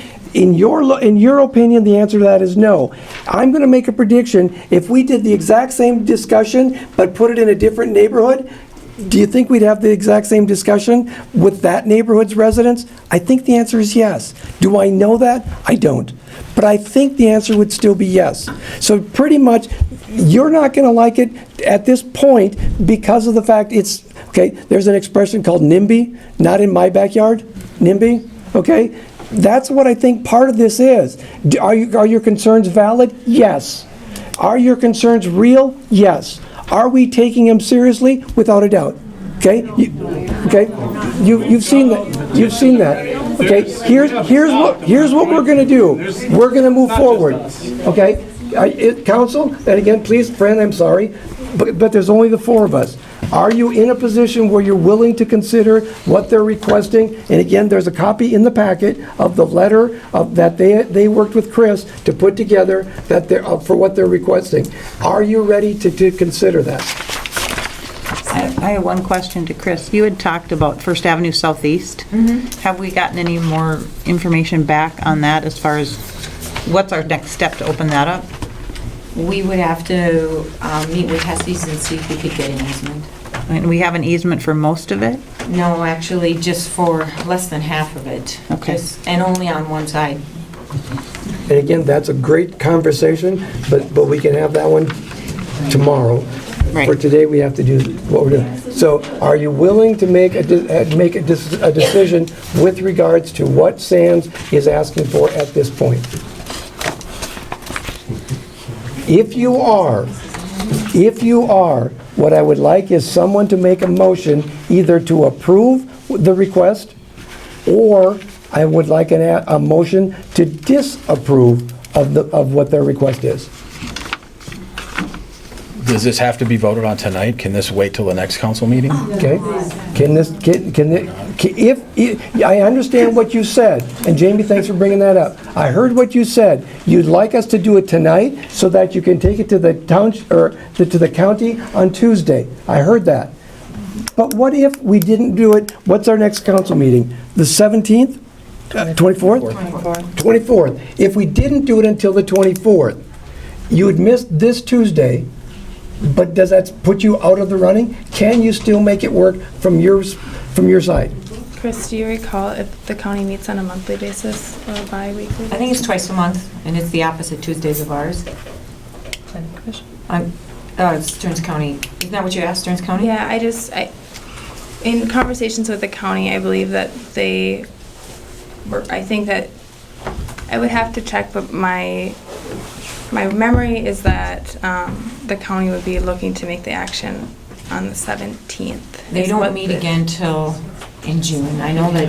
Yeah, I think and it's their last that's, meeting. yeah, and that's, I think is, that's the issue, is that our deadline is June 16th, and so then it would Okay, be. so your deadline is June 16th, the county meets on the 17th, and then not until after, Well, they might meet shortly before our deadline, but our application is quite extensive, and so, I mean, we're talking 1,300 to 1,500 pages okay? of applications, so Okay, thank not you. knowing a week beforehand is not. Okay, it's very uncomfortable, but it could still be done if it were right. Well, it would Okay, be, I would say if there's no vote tonight, I don't know that our company would be interested, Okay. would be able to move this okay, project forward. excellent, thank you for that. Council, here's my question for you. In the event we don't do it tonight, we don't decide tonight, but instead we decide we're going to make the decision for certain on the 24th. If they pull out, that's their choice. What I'm saying is, if we don't do it, the 24th, right? Okay, if we don't do it tonight, but we're going to make the decision for certain on the 24th, what changes between now and then? Nothing. Okay, so are we willing to make the choice tonight, or should we wait? And if nothing is going to change between now and then, why are we waiting?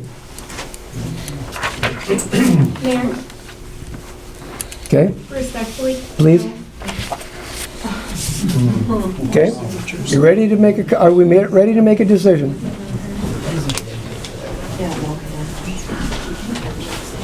I need a motion in favor or a motion to decline. Come to our neighborhood in Ann Well, Arbor please, and watch if those please, children crossing the street. Okay, I get that. Okay, I get that. Please, at some point, we have to make a decision. Whether it's at this minute or at a different minute, at some point, we have to make a decision. I understand each of you still has an opinion. Thank you. But we have to make a decision. So please, give us a minute so we can make our decision. What do you got? I'm going to say, I'll make a motion that we decline it. Okay, we have a motion to decline.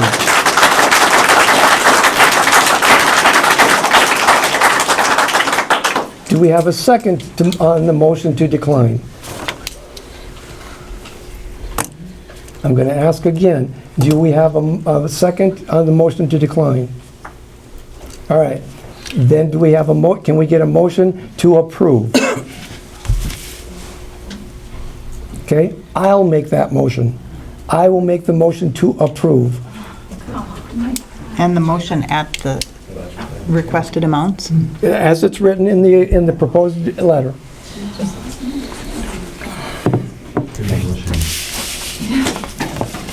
Do we get a second to the motion? Watch out for ice as well. Please? Please? All right, motion has been made. Can we get a second? Last time I'm going to ask, do we get a motion to I'll second Dave's motion. Okay. Wait. Hold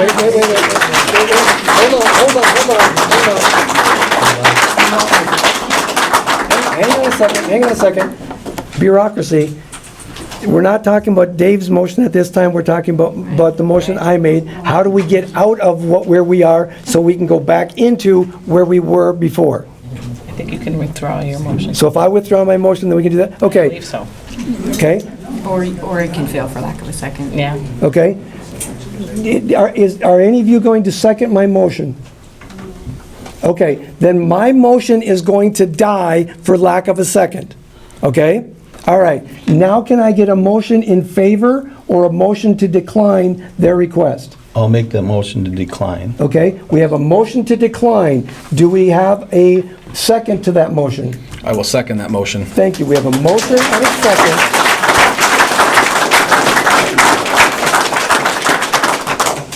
We have a motion and a second to decline Sand's request as it's written on this piece of paper. Okay? All right. Any further discussion? Any further consideration? Can I just want to say, I think the idea is really good. I think the location and getting rid of those properties would be nice, but with the traffic, and we don't know if we can get out anywhere. I just can't. do that. Okay, all right. So, okay, I'm sorry. Okay, so we have a motion and a second to decline the request. Any other discussion? All right, hearing none, all those in favor? Aye. Opposed? Aye. So it dies 2-2. Can I Okay, ask, no, does please, that one actually second. die? I'm just curious. Okay, It's it tied. fails to pass because it's 2-2. So now we're back at, we didn't do anything, okay? Yep. Okay. That's all I wanted to ask. Yep, was so just that's what where we that are. process All right, here's what I'm willing to do.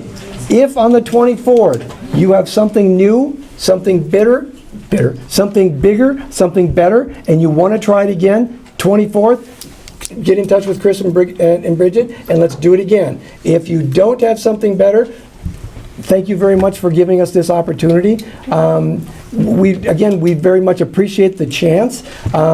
This just may not have been the right time or the right location. But if you have something different, please get back to us, all right? As for all of you, Thank I you, want to guys. say two things. First of all, thank you. I am incredibly impressed with how you have conducted yourself tonight. Thank you, okay? And the passion with which you have done it is incredible, okay? At some point, though, we're going to sell those lots to somebody, someplace, and, okay, it's going to happen. When? Please put that much passion into helping us sell those lots. Again, thank you all very much. All right. Thanks, guys. Thank you. So that's it for number 8. We're on to number 9. Can we motion to me? Can we motion to? We're going to take 1 minute. I just, while they clear this up. whole, If you want to stand up, I'm going to whole traffic thing. I'll take it for you. You want to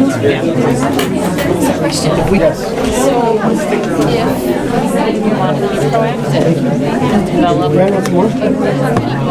help Jan, you need any more? No. Jamie?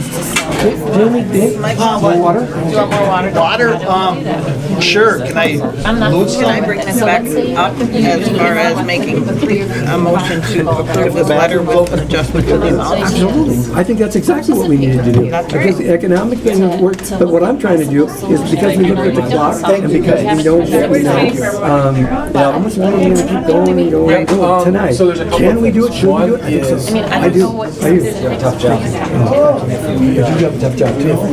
And again, what we've been talking about, I seriously believe with some tweaking here, it's gonna happen. If you can make the 24th work with some tweaking, we're not done. Yeah. I am. It's gonna happen. It's gonna happen. But we can Tweak the certainly do numbers, that as and I part think we of can the challenge. I think it's gonna happen. A person. Don't give up. I mean, I don't know, Thank you. but. Thank you. For us is, yes, thank you so much. Thank you. All right, ladies and gentlemen, are you ready? Let's get back started again.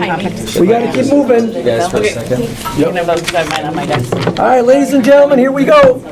Wait, we're missing Dave. Dave? Yeah. Thanks, John, for, I We're missing appreciated Dave your yet. comments. Jamie. Oh, no, come on. I love the what if we don't. It's a great comment. And ma'am,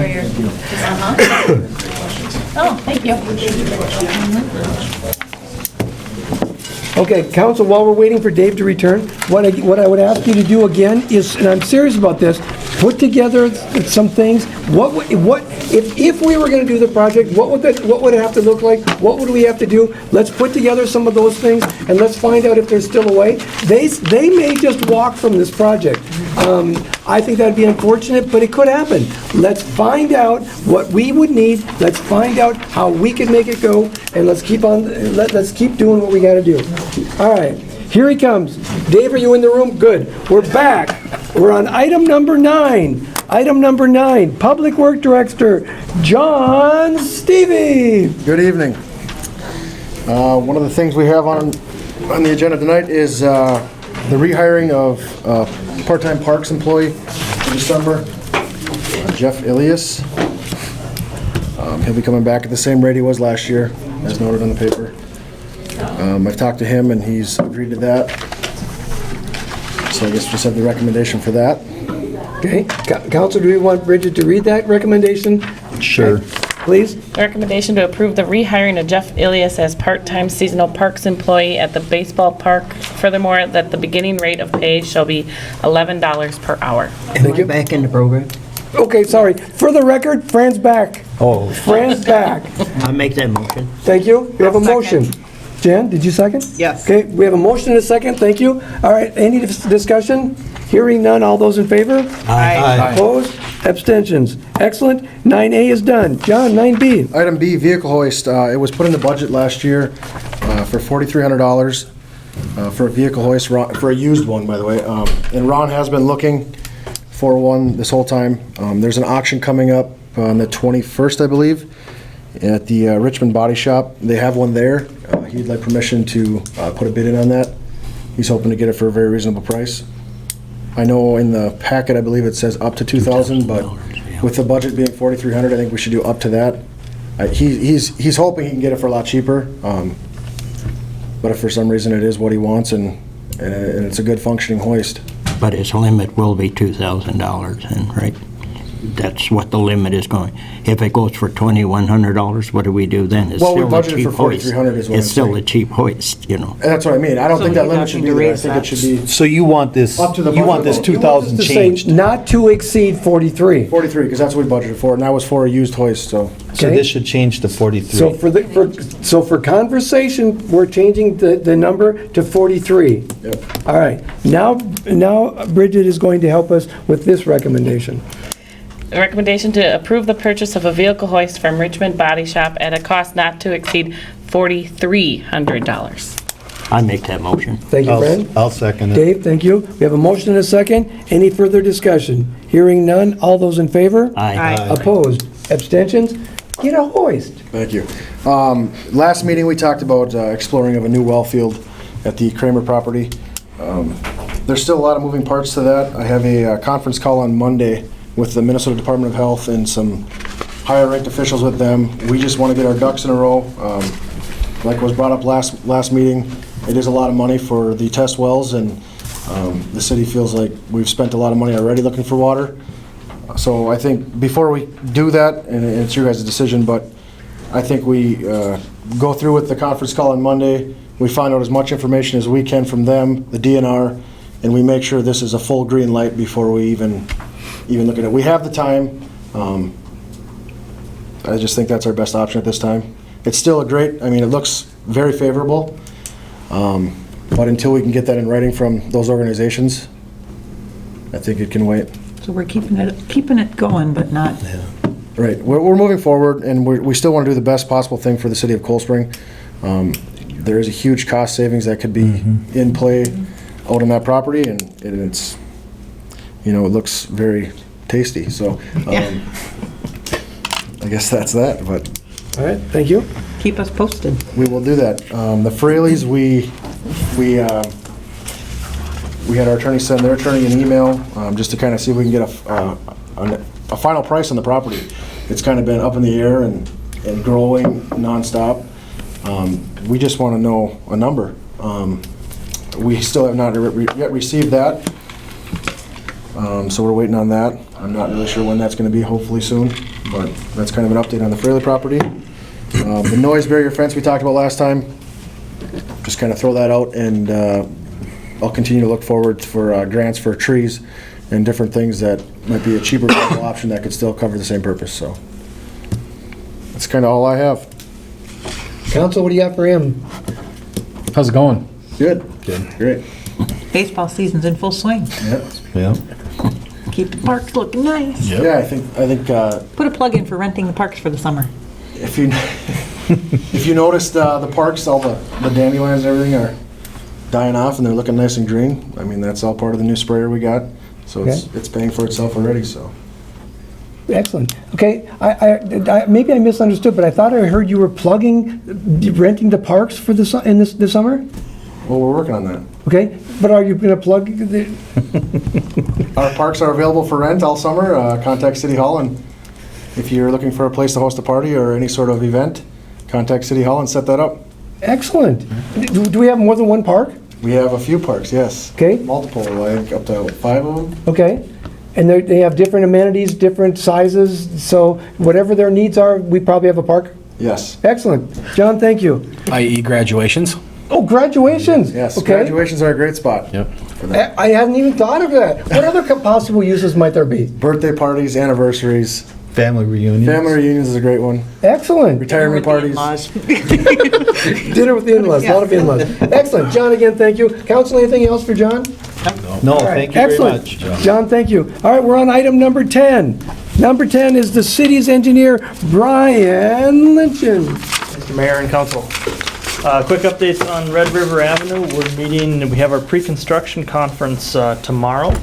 That's where we get together with the contractor and the city and the county and all the affected parties and the small utilities, etc. Talk about the project, how it's going to go, what their plan is, kind of set the tone. So after that, we'll have a lot more information on what their schedule is. Knife River, who was the low bidder, had indicated to me that they'll be bringing their schedule to that meeting, which we'll be also requesting it from them at that meeting, find out exactly what their plan is. So when I know more, I'll let you know. Thank you. We're also looking at doing a newsletter that we can send to property owners along the project. The first one is fairly generic. It just talks a little bit about, in general, construction, what to expect, some of the general contacts, so we'll have John's number, my number, Dan Salo, who will be the city's inspector. It'll have those numbers on there, just set some general tone. Will that newsletter be on the website also, so that everybody can see it besides? Yes. Okay. Okay, Dan? Will it be in the newspaper also? I guess we can do that if we'd like. I guess, we hadn't really talked about all the different places that we were going to keep people updated with the project. I know it's been talked about in the past, but I don't think we'd ever really come to a final decision on it. I think that's a great idea. The more sources of information, the better off we are, because some people may subscribe to the newspaper but never go to the website. Some people may go to the website but never listen to the radio. The more places we can put it, the better off we are. So please, staff, let's make it work out for everyone. Thank you. What else you got? Dan, thank you. So we'll have more information on that. The electric relocations, I've been bugging Xcel Energy to try and get their final cost for the overhead power relocations. Was not able to get that for this meeting, but I'll be continuing to try and get that from them. So I'm anticipating my hope would be that by the next meeting we have that cost. We have the cost already. We've determined for a local electrician to do the city's portion of the work. Went out for quotes with that. So at the next meeting, my anticipation, as long as we can get back from Xcel, would be to look at what their costs come back at, and then look at the total cost of what the electric relocation will cost us. Thank you. Okay, any more questions on County Road 2? I'll also say John and I went up last week or the week before, met with a number of folks at the Assumption community, talked about the project, roundabouts, how to drive roundabouts, those sort of things. So had some good questions, some good comments. We've also got some brochures for City Hall here that they can pass out. Talks about how to drive a roundabout. So there's some more information there if people have questions. If they have additional questions, we can easily direct them my way and I can get them additional resources. Okay, and again, following up on Dan's question, can that be in the newspaper? Can that be on the website? Can that be, what else can we do with that information? That'd be pretty easy on the website. It's a link to something that MnDOT has. MnDOT has extensive resources on roundabouts, their safety, their design, their how to drive them. So you'll work with John and Chris and Bridget to make sure that we have that information out? Absolutely. Good, thank you. Council, anything else regarding County Road 2, Red River? Okay, thank you. Main Street, you might have seen that there were some people out there the other week. We did our soil borings are complete, our televising is complete, so we're just waiting for the final reports on everything. Okay. The Southwest Stormwater Infiltration Project, we went for bid on that today. I think you have, and if you don't, I have additional copies, but I think you have in front of you the results of the bid. Somewhere. Resolution 30. Yeah, and there should also be a letter and then a tabulation showing exactly how the bids came out. I'd be happy to answer any questions on that. We did have 6 bidders. We had a nice turnout. The price came in a little under what we had thought, so really pretty close. And you're comfortable with the low bidder? I'm comfortable with the low bidder. Okay. My agenda says that this is where Bridget steps up and reads the next piece. And I will also, if it isn't in there, I'll let you know that the low, and others know the low bidder was Kramer Trucking and Excavating with a bid amount of $146,361.46. Excellent. Ready? Yes. Recommendation to approve resolution number 2016-29, a resolution supporting regional, oh wait, I'm on the wrong one. Yep. A recommendation to adopt resolution number It's her first. 2016-30. It's her first. A resolution accepting bids and awarding a contract for the Southwest Stormwater Infiltration Project. Motion made.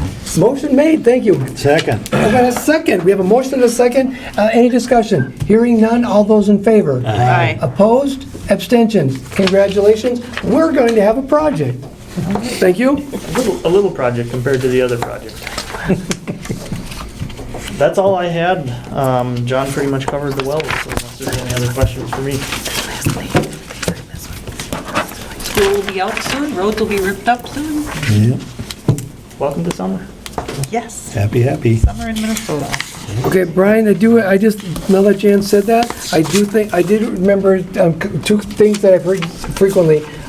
When do you have a staging? That's the schedule you were talking about earlier, but do you have a schedule as far as the staging and that kind of stuff? And do you have an idea of the detour, that kind of stuff? What have you got, if anything, that you can report? The official detour will be 23 to Rockville to 139 to 2 to 160 to 50. The reason Sure. Did you get that? They'll be signed. And it will be very much signed, and it's intended for people to go around Cold Spring. It's kind of a shortcut. Yeah. The reason it seems out of the way is because when the county does a detour, they have to go on county roads. Because if we were to take and detour onto township roads, well then we have to reimburse the township for the wear and tear on their roads. So that's why we choose county roads. There will also be in-town detours because we understand that people going from the north side of town to the south side of town are realistically not going to drive 50, That shortcut. 160 to 139, 23. So those will be posted as well. Those are going to be more dependent on the construction that's going on at the time. So you'll have to look for signs for those. A portion of the detours will be along Fifth Avenue on the back side of the brewery. We have an agreement with the school district that we're going to be using some of their land. They own the land to the west of Fifth Avenue. And we're going to be building a bypass in there, a temporary bypass, so that the trucks are still able to use the loading dock without affecting traffic greatly. And the other thing we have an agreement with the school is that we'll be using, so their south parking lot, the driveway on the north side of that. So the driveway directly on the south side of the school buildings, of the middle school, high school. During the summer, when school is out, that will be a part of the in-town detour. Recognizing that if we weren't going to do that, people are going to use it anyways. So we have an agreement with the school to use that. We'll take some of the speed bumps out.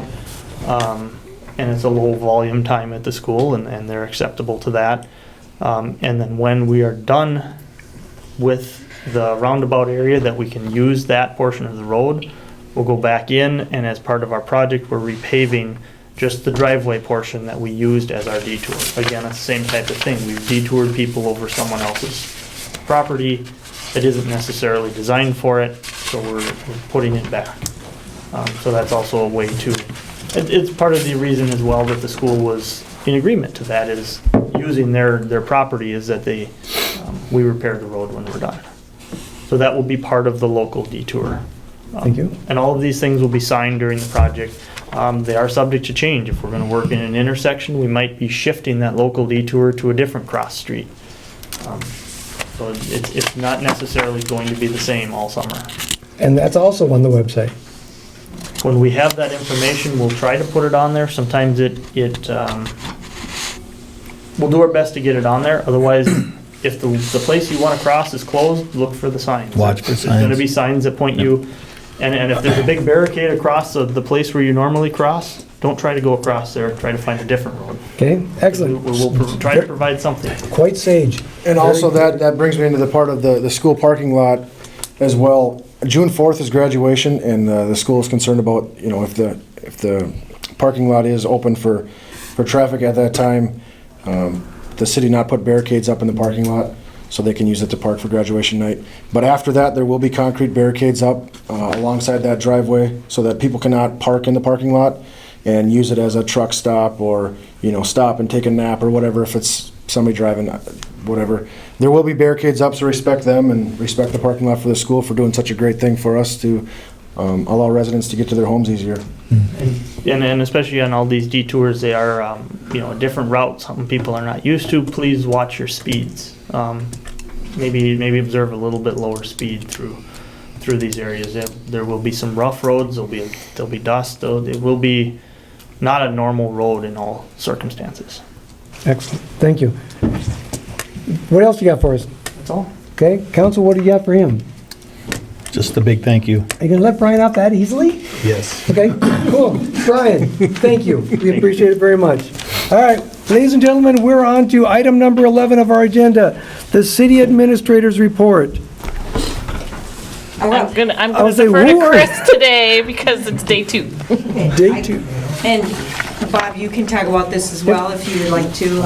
This is a resolution that the Corey Trail Construction Board is asking from each city to approve as part of the next phase of funding. Okay? As briefly as I can do it, okay? Take that into consideration. All right. In order for us to be able to build the Ricori Trail, we need dollars. In order for us to get the dollars, what we have asked everybody is to reach into their pocket and pull out change. But when we added all that up, it wasn't quite enough to build the trail. So we've decided we have to go after bonding and all of that kind of stuff. Bonding is competitive. In order to do it, you have to meet certain criteria. The criteria includes, do the cities involved actually support the project? So what the Ricori Trail Board is asking is each of the cities sign a resolution saying, yes, we actually support it, yes, we're encouraging it, yes. And so that's what this resolution 2016-29, that's what they were about, is yes, we're a partner in this, yes, we want this to work. I actually did that quite quickly. Yes. Okay. So is Chris, are you going to read that recommendation? I can do it. Okay. Recommendation to approve resolution number 2016-29, a resolution supporting regional trail designation application in Greater Minnesota. Can I get a motion? I'll make that motion. Jan, thank you. Can I get a second to that motion? Second. Thank you, Jamie. We have a motion and a second. Any discussion? Hearing none. All those in favor? Aye. Opposed? Abstentions? Excellent. Thank you very much. We are on item number 12 of the agenda. Do we have to pay our bills? Yes, let's pay them. Fran, thank you. I'll second that. Dave, thank you. We have a motion and a second. Discussion? Hearing none. All those in favor? Aye. Opposed? Abstentions? Excellent. Let's pay our bills. The next one, number 13, general questions and comments from the council. We're gonna start on the far end. Jamie, what do you got for us? Nothing. Yeah, same here. Dave, thank you. Jen? Stearns County Municipal League meeting is next week, the 17th. If anybody on the council is interested in going, it's hosted in Kimball. Oh, Kimball? excellent. You have to RSVP by Friday the 13th. I'll go to it. So, Okay. is it Do you on our email? Yep. Okay. Okay, and so you have to get in touch with these guys to, Yeah, okay? I'll go to it. But you'll do it? Excellent, excellent, thank you. And again, we appreciate very much you guys representing us as well as you do. Keep it up, thank you. What else you got, Jen? Catholic United Financial also sent out an invitation that they're doing an assembly of personal care packets on Sunday, May 15th from noon to 1:30 at St. Boniface. They plan to assemble 2,000 personal care kits, and they're looking for any volunteers to come assist with that. Thank you. What else? That's it. Okay, Fran, what do you got? Nothing. Okay, I've got a couple of quick things. The first one is, again, I would like to thank very much everybody's support. What we did tonight is incredible, so again, thank you. The second thing is, please, if you get a chance, say hi to Bridget. Again, it's her second day. We hope that she'll come back for a third day. Please, get to know her. Really wonderful person. The next thing I have to say has to do with the fact that it's springtime. And because it's springtime, people are outside. People are walking and that kind of stuff, biking, all of those things. That leads me to two quick things. Thing one, please understand, state law says you have to yield to a pedestrian in a crosswalk. It's the law. So please, we have a lot of really good people already doing that. What we're going to ask of you is please respect the law, yield to pedestrians in a crosswalk, and make sure that the people you know that that's the rule. Okay? You may know it, you may respect it, make sure your other loved ones do it as well. Okay? The second thing is, go outside. We have wonderful trails, we have great sidewalks, very walkable. Go outside. How far should you walk? Don't care. Go outside. Ride your bikes. Get out there. Okay? That's a sales pitch. Okay? The last thing is, today, John and Chris and Bridget and I got a chance to meet with a group of wonderful third graders here at the City Hall, and it was a great experience, a learning experience for me. I know this for a fact. They're 9, 10 years old, and they're already talking of running for mayor. You better watch out. I know. Great group of kids. It was a great experience. So that's all I've got. You're going to be next. What have you got for us? Nothing. Okay, excellent. And on their second day, I guess I can understand that. Okay? I don't have anything else either. Okay, we have nothing else either. All right, where we are right now on the agenda, again, those of you that have one in front of you, we're to the point where we're going to close this down. And the reason we're going to close it down, what exactly do we, just that's to do the review? I mean, what to state anything beyond that? Just an annual review, yeah. Okay, so we're closing the meeting, and the reason that we're closing the meeting is because we're going to do Chris Dockendorf's annual review because she was acting as the city administrator, so the council will do her review, and so we can do that in a closed session. So, again, ladies and gentlemen, thank you.